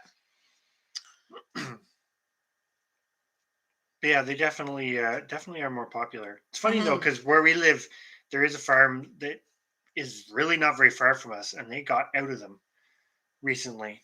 Yeah, They may have a couple left, but they were really there's big three or into four them, that and are standing up there they've sometimes, kind but of done the switch to just generic crossbred cattle. So I don't mhm. know. Yeah, they were crossed. Not saying that in whatever. It's just that's So they've the got farm that's close to 26 us. in their herd. That's awesome. That's pretty good. That's quite a few. But yeah, I'm assuming by 4,000 you mean like price wise, you saw one for 4,000. Mhm. Like that's the thing. A lot of that's the one part that we have a really hard time with, and we often say about this because we do sell livestock, but it's funny how people inflate things based on it's kind of like Amazon, right? If you click on it and search for something a couple times and a lot of people are searching for it, it becomes a hot item, therefore the price goes up. Well, we'll go back a step though too, because some of the livestock and animal species and whatnot that are the best for that actual homestead scale, the best thing for those animals is to have a lot of people with them. And so that's that catch 22 of you need people to be able to get into it. And I mean, cows is a different thing, but because cows have a lot of other expense that comes with Mhm. them. But we've seen it with goats, with pigs, with chickens, whatever you want to call it. And I'm going to say it with the poultry, you see it a lot where it's like, oh, this is the new thing. It's in right now and everybody wants it, blah, blah, blah. And they're getting like $200 for a chicken or something crazy. Mhm. And 5 years later, nobody has them. Yeah. And that's like the worst thing that can possibly happen because if that animal has a unique quality that made it really good, and I'm going to say for homestead scale, just to qualify it here for the moment, that made it really good for that. If nobody has them, they're gone. Mhm. And that's the part that I think people from a long-term stability perspective they don't think about, right? Because it's like, well, I can always grab a cow, I can always grab a goat, I can always grab a, and it's like, yeah, but as soon as you want, like it's like us with the Icelandic sheep. There's very specific qualities that they have that aren't the same as just any old sheep. Mhm. If you lose that, it's gone. Yeah. You don't get it again. Mhm. So, and there are poultry that they're gone. I pick on them because I think they've been purchased a lot and then dumped quickly because people are quicker to Mhm. just eat them all. Yeah. But I'm gonna go back up because I think we missed a few things. Mm. Okay. Pretty mean nurse. uh, yeah, if you've got sticking to rabbits or smaller stuff, definitely it's all what you're comfortable with, your resources, your space, your financial Mhm. situation, Yeah. right? Cows are not necessarily for everybody because no matter how you look at it, cows are always expensive relative to other livestock Yeah. because of their initial purchase price and stuff. Exactly. Cows, you need to have the ability to ride it out until they are to the point that Mhm. they make you. But if you have the resources Yeah. for it, they're great, right? Like that's the trade-off. Hmm.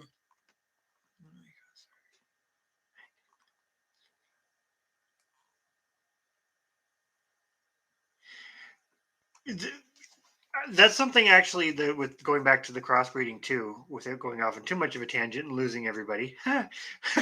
But what you're saying, where you cross it, because we knew you guys do that, crossing them to the Angus for a terminal product, terminal animal. That's an old school thing, right? Because Hmm. it's like the classic one is the Angus Hereford cross, the Black Baldy. Well, this is the same thing. The hard part with it though is you still have to maintain the original two breeds Yeah. because if you start and to keep the consistency right or go down a really long road of Sorry, I was looking at her comment about the neighbors reporting her for having a cow in her yard. Sorry, that was my who is giggle. that? Amy. Oh. No, she was just saying if she got a cow, they might report her. Yeah, that's a good point.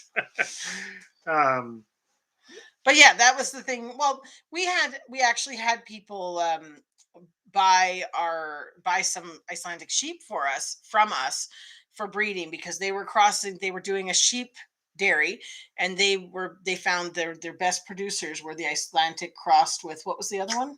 I don't remember. Top of my head. It The was one that has all the babies.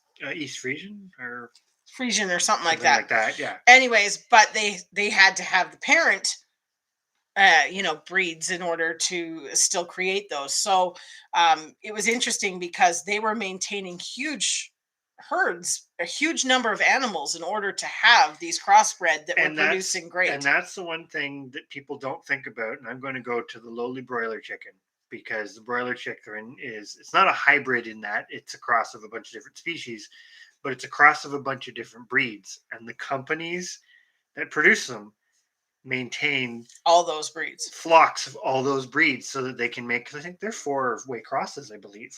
I'm not. Last I looked into it, some of the commercial broilers are like 4-way crosses. So that means you actually have to cross 2 breeds and 2 breeds and then cross the offspring to get the other one. But because you can't keep them to breed again, you always have to go back to the parents. So people forget that, right? So you have companies out there maintaining huge breeding flocks just so that they can create the terminal crosses, which, if you've got the resources to do it, it's great. But from a homestead scale, most of us don't have that, right? So then you're dependent on going back to people who are doing it, and that's what's getting fewer and farther between. What you're saying there, Eldan, definitely would probably be, in our minds, the only way you could really do it, because for us, we found the cost to feed the cows to even grow them out didn't make sense. I'm talking overwintering them. On a homestead type setup, it just did not. It just wasn't. It didn't work for us. It works for some, but again, our main focus is our sheep. That's the part that we really focus on and want to grow, and that's where it's kind of interesting. We started looking into it and going, well, really, it's a case of only having one hoofed animal, in the sense of we have the horses too, but I'm talking about your primary meat type animal, not having them compete. Even you're not breeding horses. That's the thing. Or if you did, you're doing it like once. Yeah, you're not breeding. That's not the plan. It's not the same. It's not the same.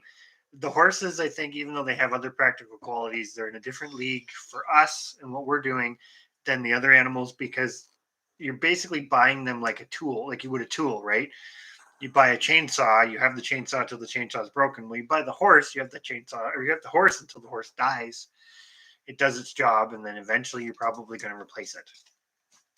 It's the difference. Thanks very much for that, Drops. We were so far out, I did not see what happened there, but thank you very much for taking care of that.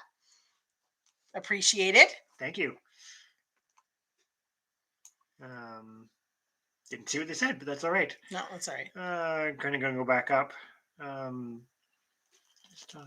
Maybe they won't notice to Amy about the cute. It is. They are the Highland. I mean, if you've watched Thor Havens with that baby cow there, what's his name? Sirloin. Oh my goodness, that is the cutest thing ever. But it does get big. Yeah, like what Karen's saying, that's what she learned in the animal science class. Exactly. And if you go back into some of the old books and resources on cattle and cattle farming, like from the Midwest and that, it was that thing. A lot of the stocker cows were the crosses, but those old time farmer, not even old time, but those you really older, like old time. It's old time by like the people that would be our great grandparents or grandparents age, right? They used to crossbreed the purebreds, so they would buy. That's why bulls became such a lucrative thing, right? Because if you had a herd of whatever and you were crossing it to the whatever, you were buying those expensive bulls. You were never producing them yourself. That's the thing. It was all terminal. But then you look at it now, and the vast majority of the cattle that go into the cattle, I'm talking big industry. I'm not talking direct market and the grass fed or whatever, but like it just has to be black. It's not necessarily an Angus. It's not necessarily, and there's a whole lot of other crosses go on, and there's very few people. We have some people in our area that do keep black cows. Well, or the white, the big Charolais. Oh, right? Yeah. They're keeping purebreds the other way, but it's the rarity now. But that means a lot of those qualities are potentially, you don't know The math of the qualities working into the practical attributes dissipates when you don't have what those big broiler companies are doing, a very, very, very focused breeding program to get that product. And everybody forgets it because they're like, yeah, the meat bird gets to this size in this time. Well, that's super calculated. And that's the one thing too we've talked about with when we decide to make we made the decision to just do the heritage partridge chanticleers, was the fact that from a sustainable perspective, in order for us to breed a broiler chicken, there's no way we could sustain keeping all the birds that are required to create that bird in the first place. So then you become dependent on purchasing them from these big broiler companies, which, I mean, I'm not saying that they're all terrible or anything else. It's not like that, but if you're trying to do it from I'm going to say it from a food security perspective, it's not, because you might not be yet. You're not independent. That person's got to keep doing it, and they can charge you whatever they want for it. I will talk about, because my parents work at a hatchery, and it was a case of the prices were just, they set it at whatever they want, basically. Well, because again, and so it does. You are at the mercy of whatever is decided by the entity, the company, and that was just something that didn't appeal to us. We really, all of our livestock that we have and want to continue to raise on the farm, we want it to be it's not self. What is the word? It's not self-sufficient. It's sustainable. Well, but you don't have to source any others. Anyways, you know what I mean. You get the drift. There's a difference between sourcing because you can and sourcing because you have to. Yes. And we've been there, and it's not fun. Mm-hmm. One of the things with the cows was, for our situation, they were pretty expensive for us. And I'm going to say it, we weren't super comfortable, even though we had them from a reasonable size, because we wanted them to be dual purpose. They really weren't handled enough when they were young to be that. It's not that they were mean or anything, and then they got big. Well, they did. They got big, and it was, you were dealing with something that you couldn't handle, and we weren't set up. Which is very different from we could have just raised them for beef. They would have been easy, because by beef standards, they were quiet. Oh, yeah. Like, you could go stand out with them in the pasture and they'd come over and they'd get pets. But if you wanted to actually do something with them, i.e. move them from one area to another or whatever, it wasn't a case of you could just lead them along. Like, my romantic notion of the old-fashioned Jersey cow that the kids walk to town, like that kind of thing. That was the disillusion I had, because, of course, I grew up on. I'm gonna kind of segue this for a little bit back to Karen's thing about the fad for the black cattle.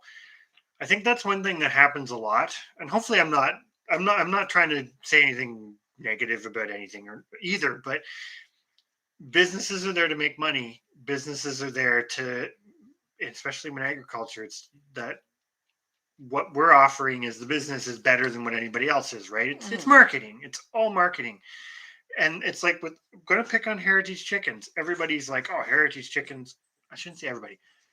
From a commercial perspective, nobody wants to raise heritage chickens, right? These dual purpose breeds that were originally developed for that exact thing of trying to produce as much meat and eggs together as you could, but still be kind of sustainable because the farmer could actually have a population. They've all fallen out of favor because you can't scale it up anymore. You're kind of stuck at that. So if you, I'm trying to get at here. It's not marketable beyond what the smaller farmers can do. So when you make it bigger, it's like race cars and stuff, right? You can, and it's kind of like our pony discussions, the same thing. You could have a big draft horse, like a big Pertron, and that's what everybody comes to think of. And most people would never think of using a pony for work, but it's like, if in Europe, it was all ponies, unless you were wealthy. It was ponies. Everybody had ponies. Same thing with, like, unless you were wealthy, everybody had little cows. Unless you were wealthy, or maybe didn't have any cows. Right? Like, it's this going back in time to look at, like, well, what did people actually have? They didn't have Holsteins didn't look like what they look like now. They've been bred in a totally different direction for a totally different reason. It doesn't go back easy. Anyways, I'm getting off on a rant. You like to rant. Yeah, the Murney Grey are very nice. Sweeney's Creek. Well, and there you go. Rambling with the Brun says it. It's like there's the part of the hybrid vigor that you're getting, right? Because that's a calculated cross where you know exactly what you're going to get. But crossing another breed with the Highland may not get you that. And that's what I'm going at with, like, they used to always go back to the purebred, which just sounds like what you guys are doing, because you got a predictable outcome. But if you just kind of then, it's 3/4 this and 3/4 that. Well, it's no different than you're planting seeds that you save from a hybrid tomato. You don't know what you're getting the next time. It could be totally different than what you wanted, basically. Yeah, you don't have the predictability on the outcome. And you can totally make the argument it's still food, but I mean, we've had that with tomatoes where they have come out as high. Oh, you could still eat them. It's definitely that. But if it's like you say, continuing doing it eventually gets rid of the traits. No different than if I cross the sheep if I cross the Icelandic with another sheep to get a bit better milk, I eventually am going to lose the amazing fleece that I should do show and tell quickly. Yeah, you could totally. I'll go get my show and tell. But yes, the fleece, talking about that, brought it up. So 1 second. I do agree with you, Drops. It's very hard to actually be self-sustaining. Because you pretty much have to have a collective of people. And I think that's the one thing about we're trying to be more sustainable, but acknowledging the fact that we'll never actually probably get there because 2 people can't. It's almost impossible. Nothing's impossible, but for the vast majority of us, it's never going to happen. But you still need more people going in the same direction, and that's the hard part. Right. And I got a cat in my shoulder. I hope the cat. Yes, Karen, you're right. They did a great job marketing, and that's no different than the Holstein breeders. They did a great job marketing, and unfortunately, from a longer term perspective, because thinking in terms of cattle, it's not very long sighted when these things have really come about in the last 100 years. Mm-hmm. Let's say.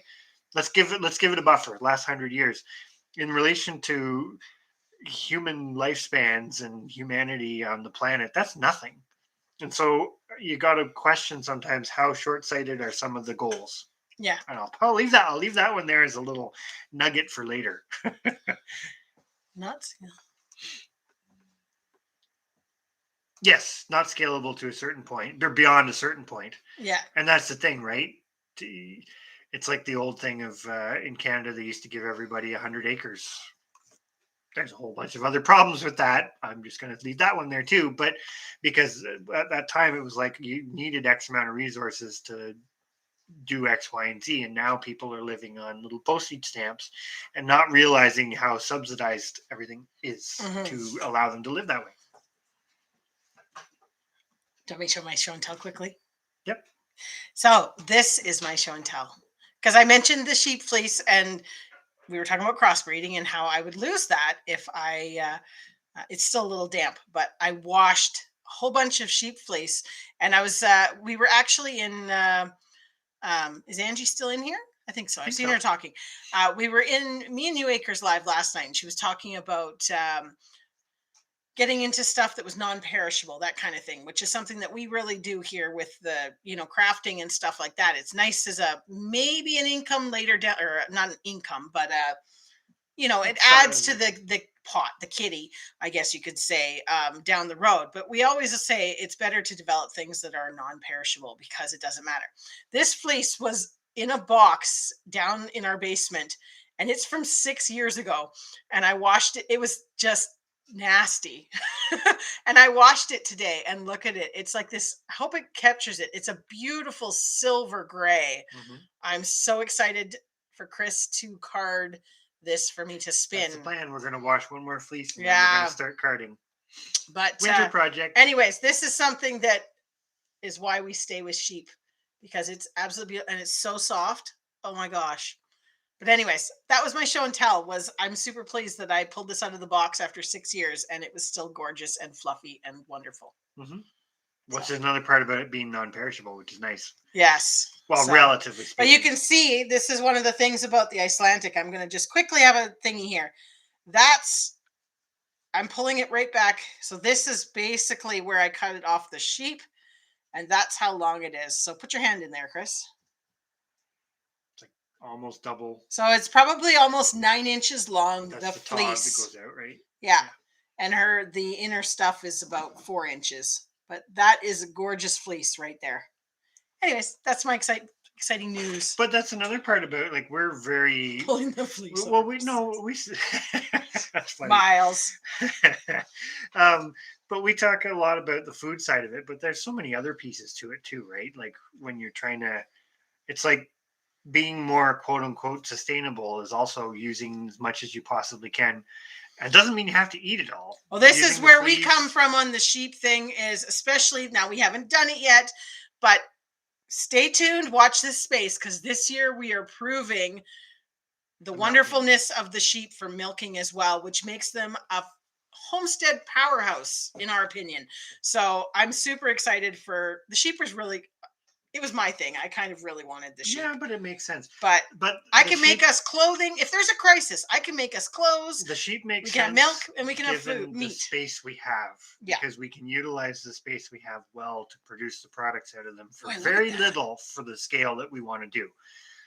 The goats were better in a smaller scale. Yes. Well, if you had smaller property, but I'm getting off on a tangent here, but sorry about that. When you change some of the factors, it changes things. Let's just put it that way. I'm going to go back up because there's that I distracted. No, the show and tell is awesome. I like show and tell. It keeps me motivated to do stuff. I agree with Amy. It's like, you have no idea how many varieties there are until you start looking. And I think that's a double-edged sword, because having access to more varieties and breeds in this than we've ever as a species had, like, it took a long time to get things from point A to point B, and now you can get seeds from all over the world, right? Mm-hmm. You can get animals from all over the world, which you couldn't do because they had to go in a boat, and half of them died and everything else. But it's a good thing, but it's also a bit of a negative because you've got so much diversity. You've almost got too much diversity to choose from. Mm-hmm. Not going to go too far on that one either, because I think that's where people get into the trap of then they can't keep seeds, and they can't. It's like the chicken math. When you have 12 different kinds of chickens, can you really do any of them well? Because you're not focusing enough, right? Mm-hmm. Not that some people couldn't, but at a real homestead scale, it's hard.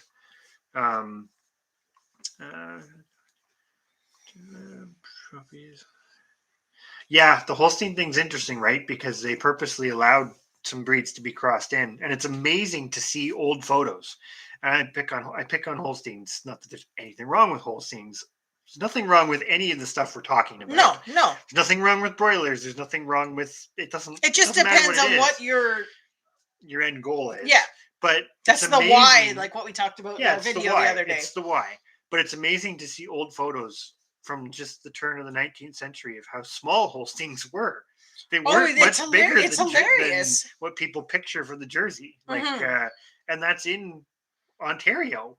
Yeah. Like, it's not, you're not going back you are hundreds of years, I guess, now, but you're not going back like to the beginning of that breed. It's like they've done a lot to increase size and milk production, potentially at the expense of some other attributes. But that's the other part too, right?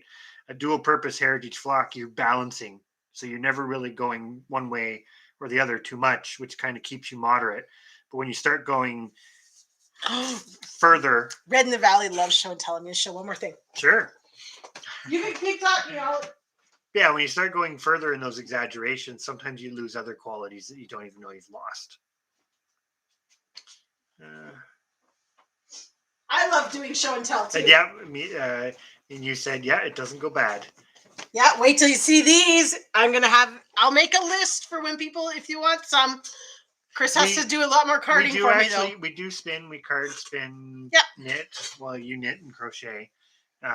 You've been really liking crocheting because you can do crocheting quicker than knitting. Yes. Okay. Sorry. You ready? These are so cute. These are a pair of slippers I just made. My first slippers I've ever made. I Yep. think. Yep. I made a pair of socks that kind of were like slippers because the wool was so thick. But look at these cuties. And you made them in a very short period of Yeah. time. Yeah.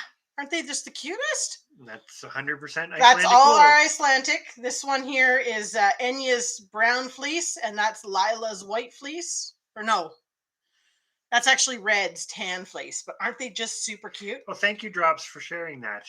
Those are an adult pair. I just finished those the other day. They're a Christmas gift for somebody, but shh, I don't think they'll watch. So Good night, Dusty and Chelsea. Yes, thanks for good coming night. in. We probably haven't missed you. And then look at that's in this one. Now the pink is not ours. The white is, but the pink is not. But they're a cute little kids It's still pair. wool, but Yeah, they're wool. It's a bought wool because I haven't figured out dyeing yet. And somebody that wanted these for Christmas wanted pink ones. So they're kind of pink. They're rose, dusty rose, I guess. But anyways, so those are my show and tell. I like what Miles is saying. It's like pictures of dog breeds, and it doesn't matter what it is. There's very few. There are things that have stayed very similar over time. They tend to be the things that never got exaggerated because they never caught on to have a really big monetary gain, i.e. Holsteins did, right? That's the production animal. Whereas, I don't know, pick a Dexter cattle didn't, right? And so that may be a bad example, but then they didn't change much because basically nobody wanted them. Nobody wanted them. And now it's different, but it's like Highlands, right?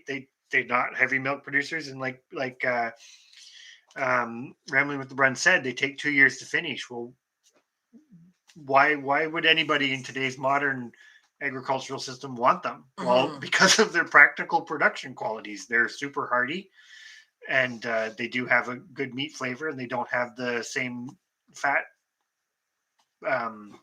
coating and whatnot because of the hair. And look at where they were adapted from. Sorry, I was just looking here. But those don't always translate into immediately viable economic gains, depending on the Sorry, I went back up while he was talking, so because I was doing show and tell. So Red in the Valley, Sandy Brock, she's the one that has she's got lots of sheep in a big coverall. I've watched her ones about looking after the sheep and all that, but I've not actually watched her ones about the fleece. So maybe I'll have to go back and watch them. I follow her. I tend to click on the ones that I think like it's when she's dealing with a situation, because I'm like, what if I have to deal with that one day? And that's what I tend to watch of hers, because she has a lot of sheep. So that's kind of interesting. So yeah. Are you talking the gray mittens, Ange? Sorry, I call you Ange. I hope that's all right. It's like we're on a personal basis. Well, we kind of are, I guess. But anyways, I call you Ange. That's my thing. But yes, I've got the one pair of the gray gloves on there, but or mittens, if that's what you're talking about, the mittens. Chrissy's got an interesting one about loading all the pigs. Did you say night to Rambling Birds? Or maybe he was saying night to somebody else. I missed it. I didn't see what it was about. I think he was saying to Dusty and Chelsea. I just didn't want to miss anybody. But yeah, loading all the pigs. And that's another thing too, with the world getting smaller, because that's where I'm not going to go down this road, but it's like some of the things about biosecurity and stuff, there's total validity to it. But at the same time, it's more about world competition. Just leave that there too. That's a loaded conversation. That's a loaded conversation, but to be able to do just what you're describing. Yeah. Sorry, I just the vast majority of us will never be able to tap into that market anyways. So I don't know. The slippers feel very, very warm, Karen. I mean, they're super thick. I haven't worn them because they're going to be a gift, but I think I'm going to have to make myself a pair because they're really comfy clothes. Socks, and I find them very warm. They're knit, not crocheted, but I'm sure the crocheted ones are thicker. They're very, very thick, which is nice. So that's I'm on this new kick of this. I love crocheting, and Chris he has a hard time getting me to even do anything on editing or anything. So I'm like, I need to go crochet.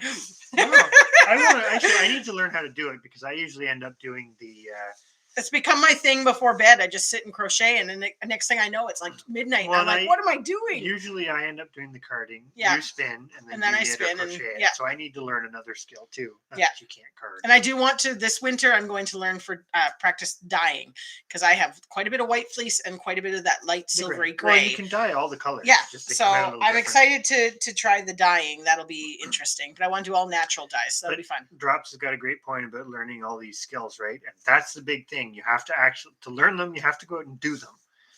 And it's the same thing with us getting the ponies to drive. It's like, you have to learn it. You can't just at the 11th hour go, I need draft power. Yeah. It doesn't work that way. Yeah. Even simple things like at the 11th hour, I need to grow tomatoes.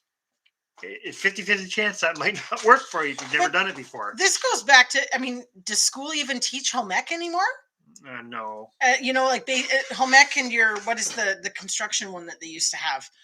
Like basic, they were just basic life skills. I remember learning how to toast bread or something and make a pillow and, home economics. No, home economics. And what's the other one called? Anyway. We don't know, Jane, whether they're slippery or not. I'm going to say they probably aren't. Like the socks that I have made out of them, I wouldn't say they're any more slippery than anything else you wear on your feet. Yeah, they're not grippy, but they're not slippery. It's kind of because they've got. If I put them, let's see if I can get them. They've got quite the tread type thing. They're not smooth, so I would have thought there'd be a little more grip. I'm gonna make a pair for myself and try them out because I've yet to make myself a pair of slippers or anything. I made mittens for myself, but that was it. So. Well, I also haven't made you any. We're just going to keep making stuff out of it because if you think about it too, I mean, you're making the Christmas presents, so that's great because they're homemade. That's saving money. It's saving some money, but if we can start making sweaters and God knows what else you could make out of it. Well, we went through enough of it, and because like I said, that fleece that I just washed was 6 years ago. That we took that off the sheep, and it is. I kind of did a quick count. And I believe we have 26 fleeces that are to be washed and spun and made into stuff. Now, saying that, I've gotten better at it since then. Some of it gets matted or isn't super great. So I wouldn't keep it now that I have so much. But but you find other uses for it. Oh, yeah. Right? Well, one fleece will make 5 pairs of slippers or mittens or something like that, or isn't it one sweater per fleece? I think if you get the whole thing, like the big so something like that. But yeah, I think I meant to come back to one of your comments, Scott, about the crossing, because you said you do all your cows are purebred, and then you bring in the purebred bull. What you're doing is very different from what I'm seeing a lot of people do. Which is just amassing I just crossed a bunch of cows. Like that's that's maximizing what people talk about as hybrid vigor, basically, which totally makes sense to do that.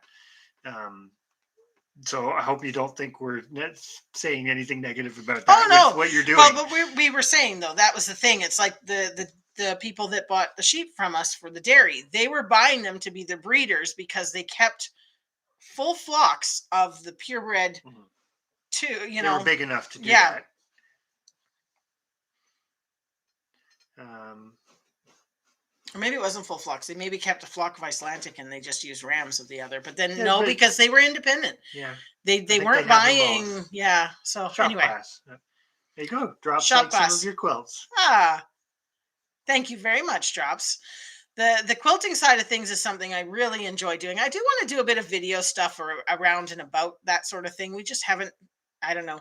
It's kind of gone on the back burner, but as we get settled, it's a winter thing. Well, and last year we were just starting out on the YouTube, so it wasn't really, we had so much going on. We weren't sure where to focus, right? We still don't know where to focus. We never focus. That's the problem. Well, we do, no, but it doesn't look like we do. No, we don't. We're all over the place. But that's great because by being all over the place, you try so many things and you really gain and amass so many skills. It's like I've done soap making. I've made candles. I've done, all these things that it doesn't matter that I don't do them now. I still have the skills. that if I had to do them, I could. And in most cases, the equipment. Yeah, well, it's like the soap. I still keep in stock all of the lye and everything else, so that if I had to make them, I could. It's just not something that I do anymore. I'm sure honey badgers, if you knew how to do it, if you practice a little bit, it will come back. I'm sure, because she was saying about The one thing I can't believe is that I never crocheted. I was taught to knit by my grandmother. I always knit. I never ever had a desire to learn to crochet. I always thought it looked so complicated. And I started doing this, and honestly, it just changed my world. I was like, why was I knitting? I'm going to crochet everything. And so, yeah, now I'm like obsessed. Chris is like, I'm going through patterns and I'm printing patterns. And I've got, every time I go to a thrift store, I'm looking for crochet books with patterns and all this stuff because heaven forbid we don't have the internet sometime. I need to still have patterns. Yeah. It's But, nice to have it, to actually physically have it. Where's it going back? I need to learn how to do it too, though. I think. I think I jumped ahead. Yeah, the home ec and shop class, and yeah, I'm pretty sure they don't do it here either anymore. Yeah, I think they still do the band and stuff, but because they still have art class. Anyway. Yeah.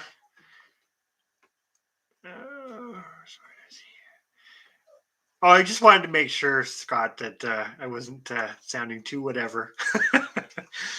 I'm not a snowflake. Oh, Amy has a long arm. Oh, jealousy is coming now. We looked into them. I've wanted one. I actually wanted to start with like the Sweet 16, like the sit down kind, because I already do big quilts on my little one sitting down on a big table. So I kind of wanted to start with that because that was maybe in the price range realm of possibilities. But yeah, again, it's just kind of gone on the back burner. But now I'm into crocheting. It's like I don't even think about quilting at the moment. But it's because you've said it over and over again. It's because we have the sheep. Yeah, it doesn't cost me anything to knit and crochet, and that's probably other than obviously feeding an animal and cleaning up their poop, and But that's probably the biggest thing with the sheep, because if you're not going to, hey, real CLS, I'm not sure if you said something before this by now, but welcome. I just saw you now, so. But yeah, with the sheep, it's like we're big on the Icelandics because we use the fleece, and they have really nice fleece. Sheep still makes sense on a small homestead scale, but if you're not going to use the fleece, don't get a fleece sheep. Like if you don't think you're going to use that product. So that's a whole nother bunch of skill sets that are involved to do that. Not that it's terrible, but well, the freestyle crochet, we should look that up. Yeah, the knitting needles is like my mittens that I make. It's on 4 knitting needles, and it's just so, my hands cramp because you're trying to hold everything all, and I'm like, why wasn't I crocheting? Because it's just like around we go. It's super easy. Good night, Miles. Yes. Yeah, I need a rocking chair. Not sure about the pipe. I'd probably die. Yeah, no pipe, but I am hoping to get him to spin, because I think it'd be very helpful if you would spin. Yeah. Either that or one of the kids has to start spinning, because I don't have time to do it all. I'm sure I can figure it out. We need sheep for meat more than wool. Yes. It's nice when they do both, though. That's the one thing. The Icelandic meat is absolutely incredible. That's actually a good point. I think it goes back to the whole dual purpose chicken thing. And again, this is homestead scale. You're trying to feed yourself first kind of thing. But it's always nice when you can get more than one product or something, because the animals that we've should come to live next time in a rocking chair with a pipe and your little hat. The animals that we tend to not continue to raise tend to be the ones that are single purpose, because it ends up being harder to justify them. That's what we have found. Like chickens, we say chickens are no-brainers, because when they produce you meat and eggs, and they help with your composting stuff because they eat a whole bunch of things that you otherwise would just be wasting, they suddenly become quite economic, even though you do still have to feed them. But yeah. Thanks for coming in, Karen. Yes, thank you. It's 11. We'll probably head out shortly here too. It's just about time for us as well, but I'm glad that you enjoyed it. It was great to have you here. You need to Well, that's the teach me one how to- thing I read in the Valley about the Icelandic sheep. They don't No, actually produce mutton. Like by age class, yes, but the meat doesn't no. change flavor no matter how old they are, which is The only different thing from you other would breeds. find on the older ones is that it does get a little fattier, depending on how they're looked after. Well, true. But I But mean, we've even eaten we like eat 3 or 4 year old 3-year-old ram, rams. and it's fine. You can use it as chops. We usually make it a lot of ground and then have the tenderloin and that sort of stuff kept separately. But no, the Icelandic is amazing. We have a whole bunch being processed, so maybe we'll be able to share some. So we can try some. We'll have to figure that out. Be like, Don't know how to do make we? that I don't know how you reality make that exactly. reality, but what is sheep meat called? Lamb, I think. It's lamb up to a year old, and then over that, it's technically called mutton. Yeah, But mutton usually has the connotation of being stronger flavored. yeah. And Mutton usually ends up people think it's an old sheep, and it is, I well, guess, that's in some, traditionally what it is. but it doesn't. Our Icelandic is. They're I not always. the only breed that's that way. Oh no, it's just that's one thing. A lot of people that really, really like the heavy lamb flavor don't like Icelandic because it is They don't considered have it. very mild. Now, for me, I hated lamb, absolutely hated lamb, and that's why I was very anti getting sheep. But I was like, well, you know what? I like I like the idea of knitting and having the stuff, and we ended up getting them. And as soon as I tried it, I was like, oh my gosh, why have we not done this before? That's good. You still have the sewing machine because that's definitely a tool that's nice to have. Yeah. Because Well, and you this can is do a what I lot said with it. with the fabric. I've got so much fabric, and if there was ever a crisis, I can make clothing. I've made clothing before. I haven't done it in years, but I do have books and patterns and things like that that I've hung on to. So I think I could throw something. I make costumes, so I'm sure I could throw something together. We might look really bad, but that's okay. Um, we are planning to do the Canadian Seed Challenge again this year. We Yes. keep saying it. We haven't got around to sorting it, but that's going to happen in the next 2 weeks. We'll give Yeah. ourselves 2 weeks again. Well, we were thinking that our next live would be something to do with it, just for people to come in and hopefully to get some information out.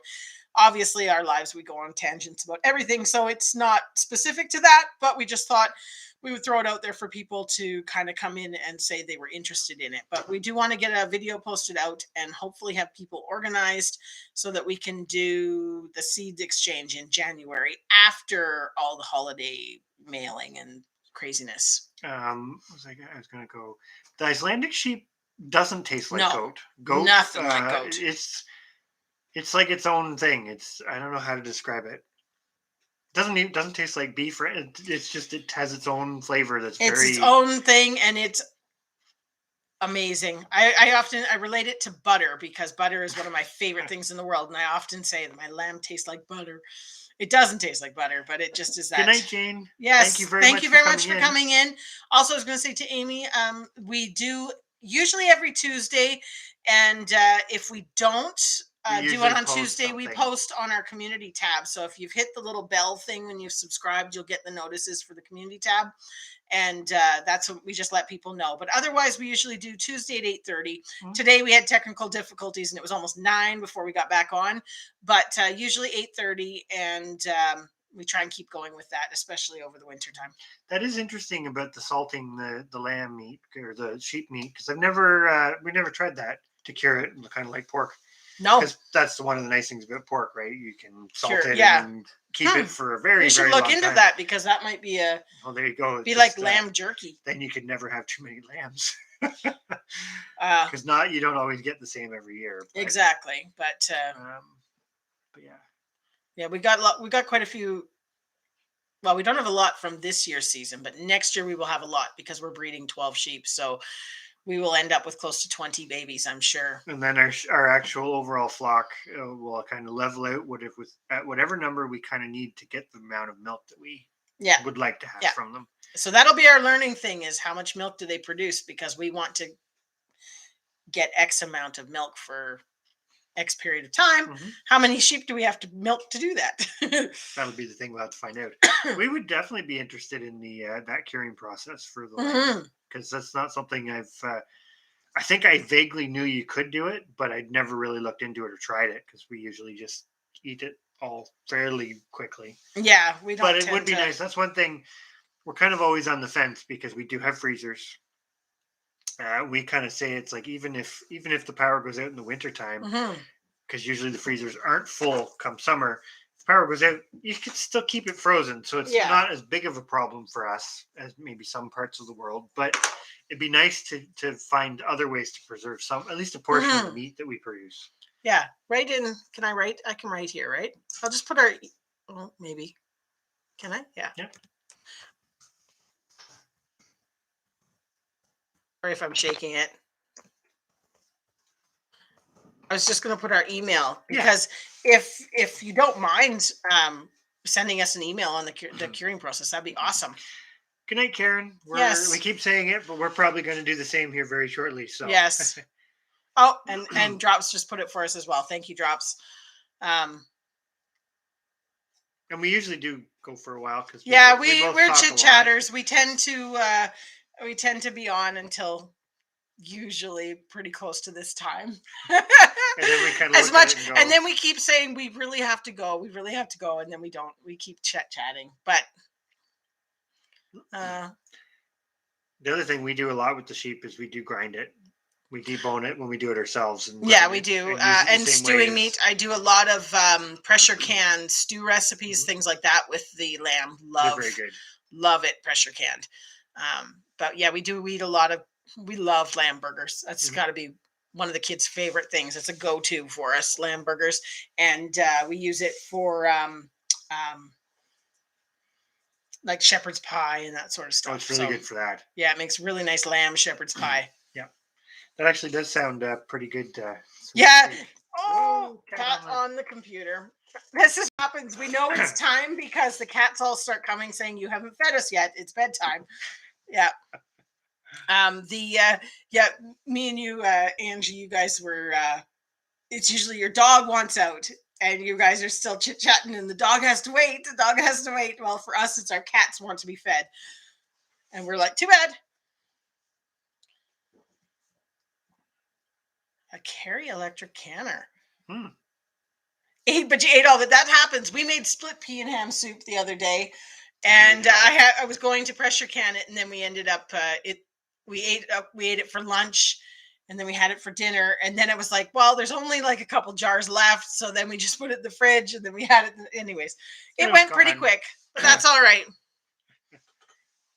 It was the wine last night. There you go. That's what we need to start doing. We need to start having Christmas beverages or drinks or something when we're doing this.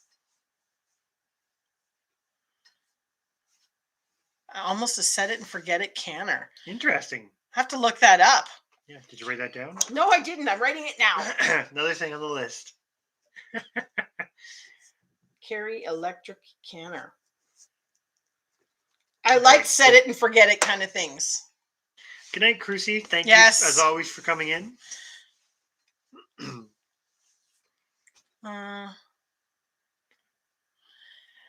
Thanks very much, Real CLS, if you can send that. And thank you very much for coming in. Hope you have a great night. It's almost morning now. Yeah, well, for us. I think on that note, we were going to say good night to everybody as I'm out of water. Yep, you got nothing to a lot. Drink to get that scratchiness out of there, huh? But hope everybody has a great rest of the week. Mike's going to buy you a bottle for everyone. Maybe I think I need a bottle for our lives, Chris. I think I got an idea. We should have a bottle for Ange and Mike's lives and a bottle for ours. That'll be the Christmas thing. That'll be the Christmas. Coming up to Christmas, that'll be our treat. We have a bottle of wine while watching theirs and a bottle of wine while doing ours.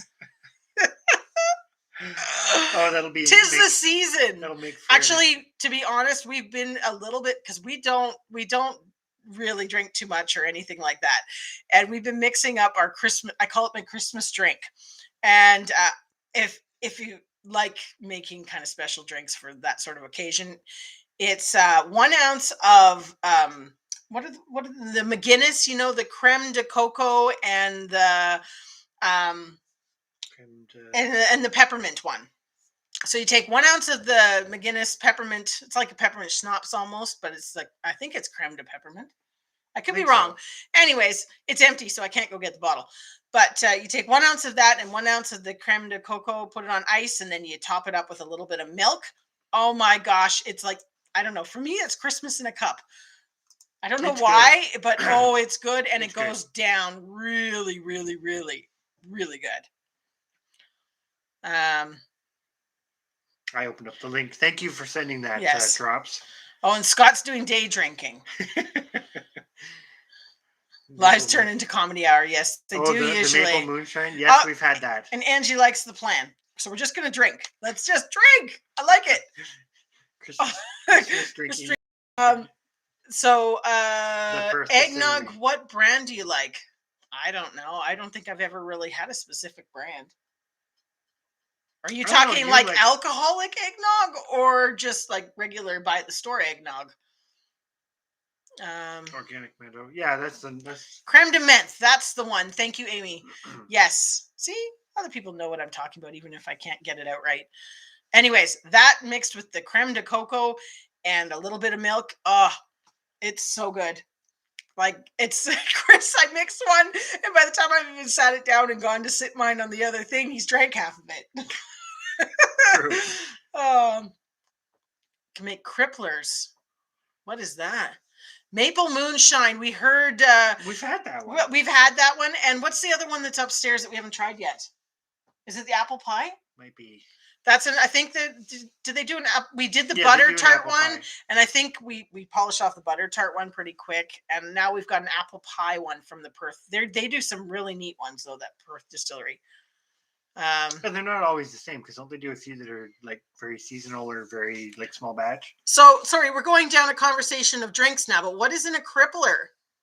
That sounds just bad. Like bad. She likes organic meadow eggnog, but now homemade. Hello, Work Play Grow. You caught us right at the end, but And she's like, Steph says she doesn't drink much, but only has empty bottles. That is true. It is empty, but that's because it's Christmas season, and we we have been drinking a little bit, just a little bit. not that much. Well, I told you we were taking it a little easier and being a bit more relaxed this holiday season. That was the plan. I'm sticking with that.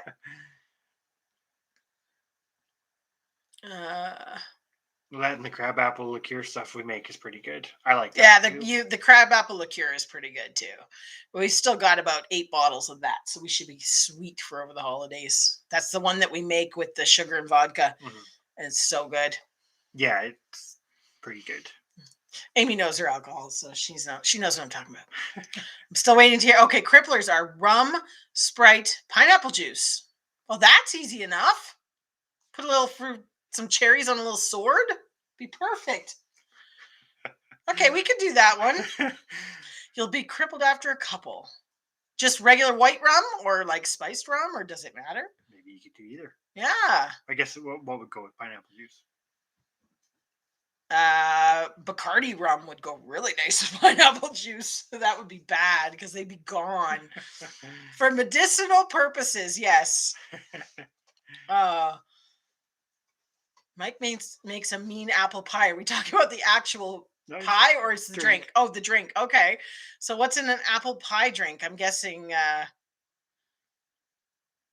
I don't know. What would be in an apple pie drink? Apple juice with whiskey? Maybe? That's like Random Valley says any rum will do. So that's all like right. the Fireball with the apple juice. That's pretty good. Fireball, yeah. If anybody does that, that's really tasty. The Fireball with apple juice. Fireball with cream soda is also very good. Spiced rum. I've got some spiced rum up in the cupboard. Maybe we'll try it with some spiced rum. I'm sticking with peanut butter whiskey with what? Oh, the double chocolate vodka is good. That's the one that we were talking about for making martinis. But what is peanut butter whiskey? I need to write some of this down. More things on the list? Well, I need to. Well, we were talking about we need to make a little LCBO run before the holidays. I've never heard of peanut butter whiskey. No. Fireball alone is good, yes, but apple juice, especially homemade apple juice with it, is unbelievable. But the cream soda makes a nice tall drink with it as I like it well. with the apple juice better. It's like apple pie moonshine. Okay, so it is like a whiskey. Peanut butter. Everybody's giving you lots of ideas. I know. Next week's going to be real fun. We should have a one of the a thing where people come up and we share our we have drinks. We have to do that at some point over the holidays. Everybody has to share their favorite drink and we all drink it. It's like sitting in a pub and everybody's got to do shots. That could go Going really back quick. to like when I was 20. I mean, my goodness. But anyways, peanut butter whiskey. Yeah, it sounds like liquid peanut butter cups. Definitely would agree with that. It sounds good. Oh gosh, now she's talking about rum chattas. Well, now that sounds like a serious problem. I love it. Oh my goodness. Had the cats be fed at 1 a.m. Yeah, that's pretty much it. They're not impressed. Fireball? Are we talking? Yeah, this is a channel on its own. Yeah. All these drinks sound so sweet. Exactly. This is the problem. You can make Jello shots like a pro. Now instead of everybody being hungry, because usually we're talking about food, and everybody's like, we're going to go mix a drink after Yeah, this. yeah. Yeah, we're all gonna have to go mix something up. That is pretty funny, actually. Yeah. Sweeties Creek about the Fireball. We should do a posting. We need to do a community tab post about what's everybody's favorite holiday, like, season cocktail beverage type thing, because then you can get a list and then you can go and find the ingredients for that list and try them all. That'd be kind of fun. That could be scary. That could be expensive. But it could be fun. That could be scary too. Yes. COVID pounds adding up. Yep. But anyways, that's the fun. whole cast have vacated for a moment. They've all left. They're all like, I guess you're not feeding us. They're probably like, we're gonna go and find something all on our own. Something upstairs to get into trouble with. Yeah. Surprisingly though, we put up our tree. It's been up for 2 days and they have not bothered it. I'm surprised. Although we did get a spruce and it's quite prickly, and I think that's why. Mm-hmm. Should have a virtual cocktail hour next live. Everyone bring a drink. Here we go. That could be interesting. Everybody has to tell us what's in your drink and how to make it. And then we'll have to make it. It's just like alcohol math, kind of like chicken math. May end up buying more chickens from drinking. Oh, that's too funny. 85 for family members before I hit 500. Well, you're getting there. That's pretty good. That's pretty quick growth. It's not too bad. Cheap man's Fireball. Bottle of whiskey. Are you guys still going to do the, what were you doing when you got to 500? Were you going to do something in tutus or something? I'm sure I saw something about that somewhere. Didn't I? I'm sure there was something about tutus or something at 500. There was something going on. He's going to say no. Moo-moos, that's it. Yes. See? Same sort of thing. Close. Yeah. So we will definitely have to put a little thingy saying, let's get them to 85 or need 85 more. Yep, 85 more. We want to see moo-moos. And then you get your community tab. Yeah. Which is awesome. But let's not talk about it. He says, no, we're publicizing that. That is going out there. Let's see Scott in a moo-moo.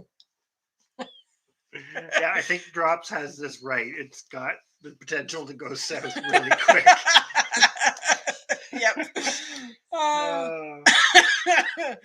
Oh boy. But that's too funny. Red's gonna go see that in person. That is something you are not going to want to miss. I'm curious as to how the video is going. What exactly? Or are you guys just going to wear them on a live? I didn't catch what that part was about. I missed that part, but anyways, I think it'll be quite funny. They're close enough; they could actually do that. Yeah. But on that note, I think we are, now that we've talked about booze and moo-moos and all that sort of fun stuff, just like 10 minutes away from each other. That's Oh, really awesome. close. That's called building a community right there. But that's cool. When Yeah. You, We need to do a road trip. we 'Cause will. we could eventually. go, because we could go up that way, Scott, I Red think in the Valley. We'd have to do more than one road trip. Why to wouldn't get that be everybody. then going down the other way? I don't know. We'll have to figure it out. Their cats are eating presents. They're not in the tree, but they're eating the presents. Oh, that's hilarious. Anyways. Cats in a box. All 3 channels need to hit 500 before. Oh, so secretly it's like, I want to get 500, but hopefully they don't, and then I don't have to wear my moo-moo.